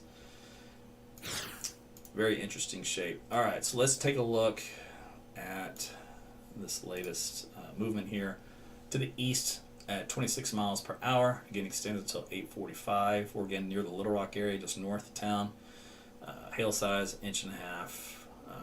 Tornado damage threat, catastrophic. Tornado observed, kind of a deal.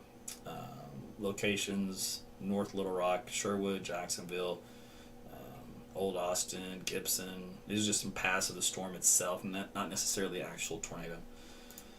If you wanted to track just the actual leftover residual circulations on the tail end here, and it's not going through any major cities or towns, so that's good. But it still has obviously some populated areas because this is just northeast of Little Rock for housing conditions. Okay, so let's go back here. Let's do some analysis on location of this. So we're going to cut it through this region, which again is putting it on the northeast corner of the Air Force Base.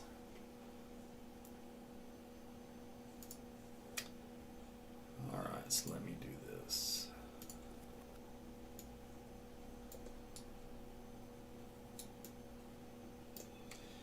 Okay, so we're looking at overall damaging wind potential from County Road 910 and Jim Hall Road, and that extends up to 107, and that's going to extend past 107, Old Tom Box Road, West Maddox Road, Luis. It's going to go all the way from there to the County Line Road. So County Line runs north and south out of State Highway 5, and of course through 67. So this is where this particular data is going to travel. And if I can, see if I can find a product here.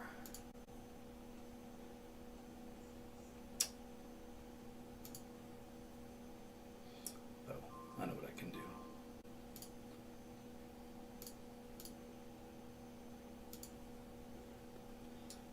So, even on this map, so underneath is where the Air Force Base is. So we're looking at West Maddox Road, that's north of there, that cuts to the south. And then you have, again, County Road 60, neighborhood roads would be Lena and Rose Lane. And then back out from there, Beverly Street, Helen, back to Maddox again, Old Tom Box Road. East of there, McKenzie Road. All of you guys need to be in your shelters. We got Tiffany Drive. We also have Madru Road. Back down here, Pridemore Road. All you guys be in your shelters. Peters Road, Old Highway 67, County Road 73. So you guys need to be in your shelter if you live just on the north end and the northeast side of the airbase. The airbase, of course, extends on down here. There's Marshall Road and some things it's not going to pick up. Little Rock Air Force Base. So, all right. So that is the latest with that. All right, let's go back to big picture here.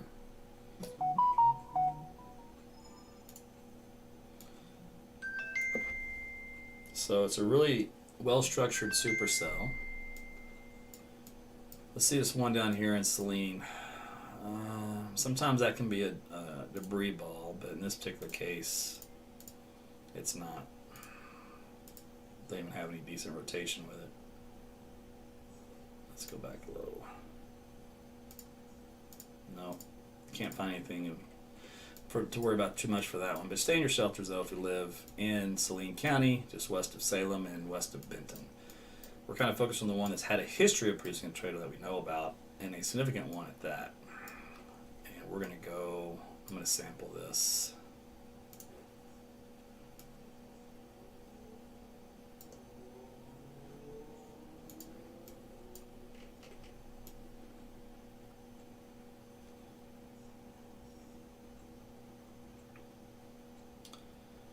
So this was very close to the radar. And sometimes being close is good, and sometimes if you're too close, it can be a problem.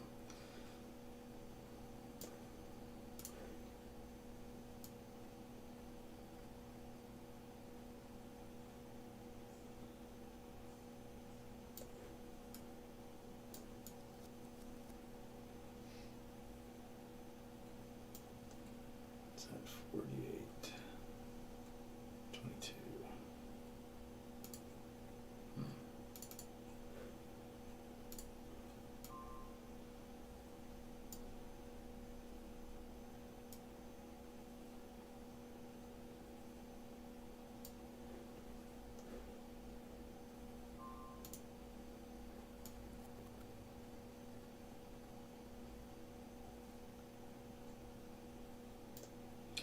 It's amazing. These winds are really low level.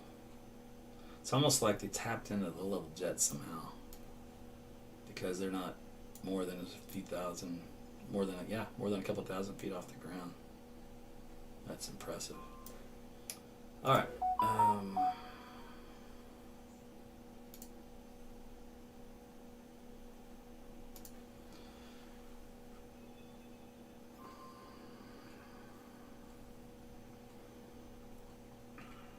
So, basically, you're in your shelters at this point. If you're in Cabot and Austin, even though that you're getting hit by the hail core versus the residual circulation center, because it could always drop back to the north. And in actuality, it looks like it has kind of started to redevelop back in this region. Looks like that's could be a new areas developing. We'll see. There's still the old circulation here. It's just very peculiar. Let's see. Let's go back.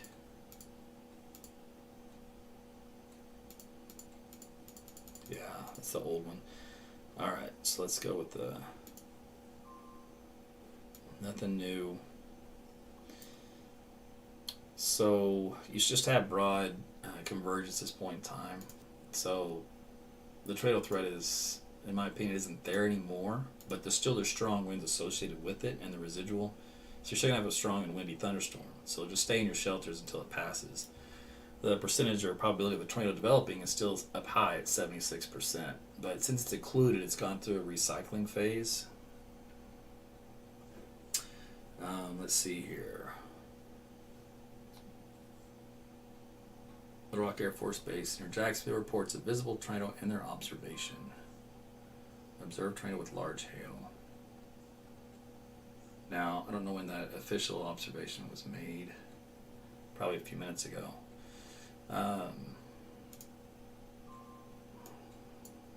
So within this, whatever was left, this is the track that still continues. So current tornado or non-current tornado, just stay in your shelters for this.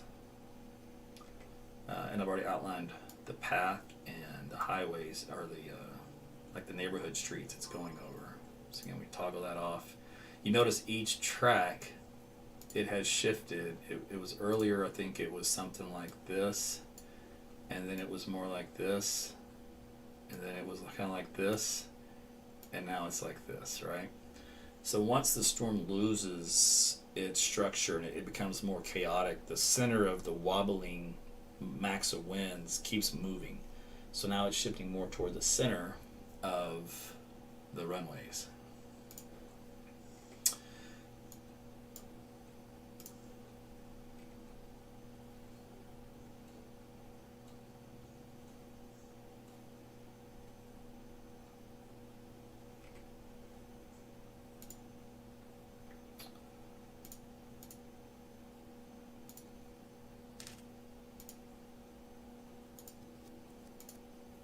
I don't see any debris being lofted up, so it's a good sign. It's disorganized, that's a good sign. It's doing a recycling, so that's still what was left of the area though, so in that case you still want to be in your shelters until this is past you. See if there's anything else popping up. This guy's still nothing to it. In Oklahoma, I've been focused on that. Looks like that one in Antlers is still going. So I'll go take a look at that real quick. Make sure nothing's going out of that. Probably the tornado's at 83%. So yeah, there's that 10 minutes ago potential funnel that was observed from the Air Force Base looking to the west. All right, so that's not current.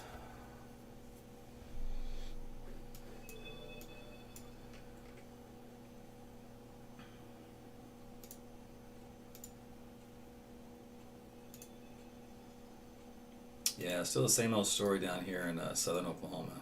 So probably the tornadoes at 4%. Still just mainly just kind of hail makers up here. And that's it. Nothing happened in North Texas. So this is right now just a moving into central Arkansas show at this point.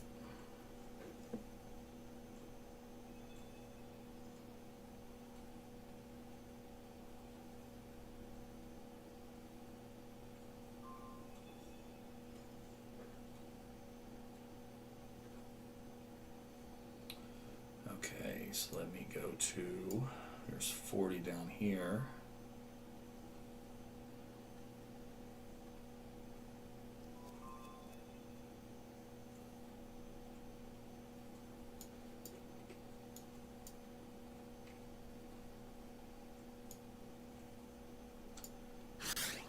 Alright, let me just make sure nothing's happening over here.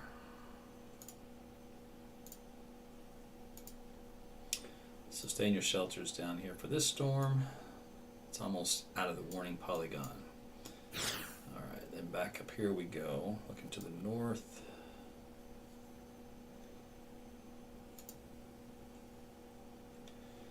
So residual circulation is still just north of this ASOS unit from the or weather station from the Air Force Base right here. So it's passing just to the north of this. So if it were to get anything crazy, it would be recorded, and then that'd be passed on.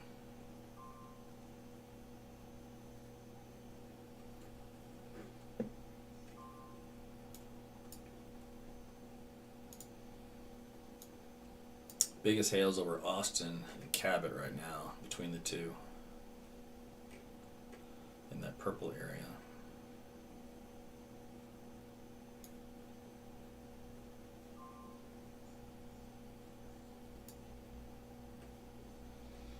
So we're looking at coming into just now Lanoke County, kind of northwest part of the county, and exiting Pulaski County.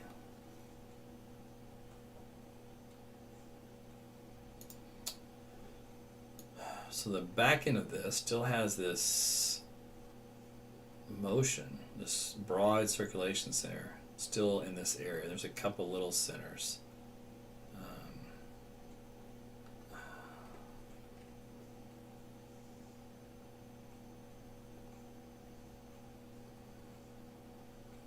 But nothing's like tightened up or anything. So radar suggests there's no tornado anymore, given this data. So that's good, but it's all a mess now. I mean, it's lost its entire structure on the south end. So it probably lost its tornado quite a while ago. That last report at 25 after, I think it was, or 20 after, was probably it. I haven't seen anything since to suggest otherwise. Nothing's tightened up. It's a good storm though. I mean, it's spinning like a top and it's producing a lot of hail. I mean, it's a strong supercell. It's just up to 3-inch size hail.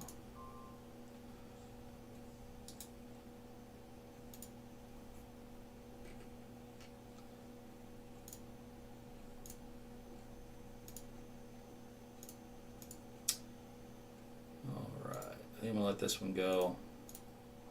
It's going to have to recycle for it to do anything, and it's getting so messy looking, I'm not sure it's going to be able to do it. So I'm going to go ahead and call it. I think that's on its decaying downward. Alright, so this is what I'm going to do. I'm going to go back to what I was going to do, which was take a little break, look at some data, eat some dinner, and I'll be back around 9:30, and we're going to focus on the severe weather threat for Tuesday to find out if there's going to be any storms in Oklahoma, and then any other surrounding areas. Right. So thanks for tuning in tonight on the severe weather coverage. This will conclude our first round of tornado coverage. Hopefully our last and only round of tornado coverage. Anyway, you guys, again, thanks for tuning in. Thanks for telling your friends and family about my live feed on the social media sites. And we will talk again soon. Hang in there.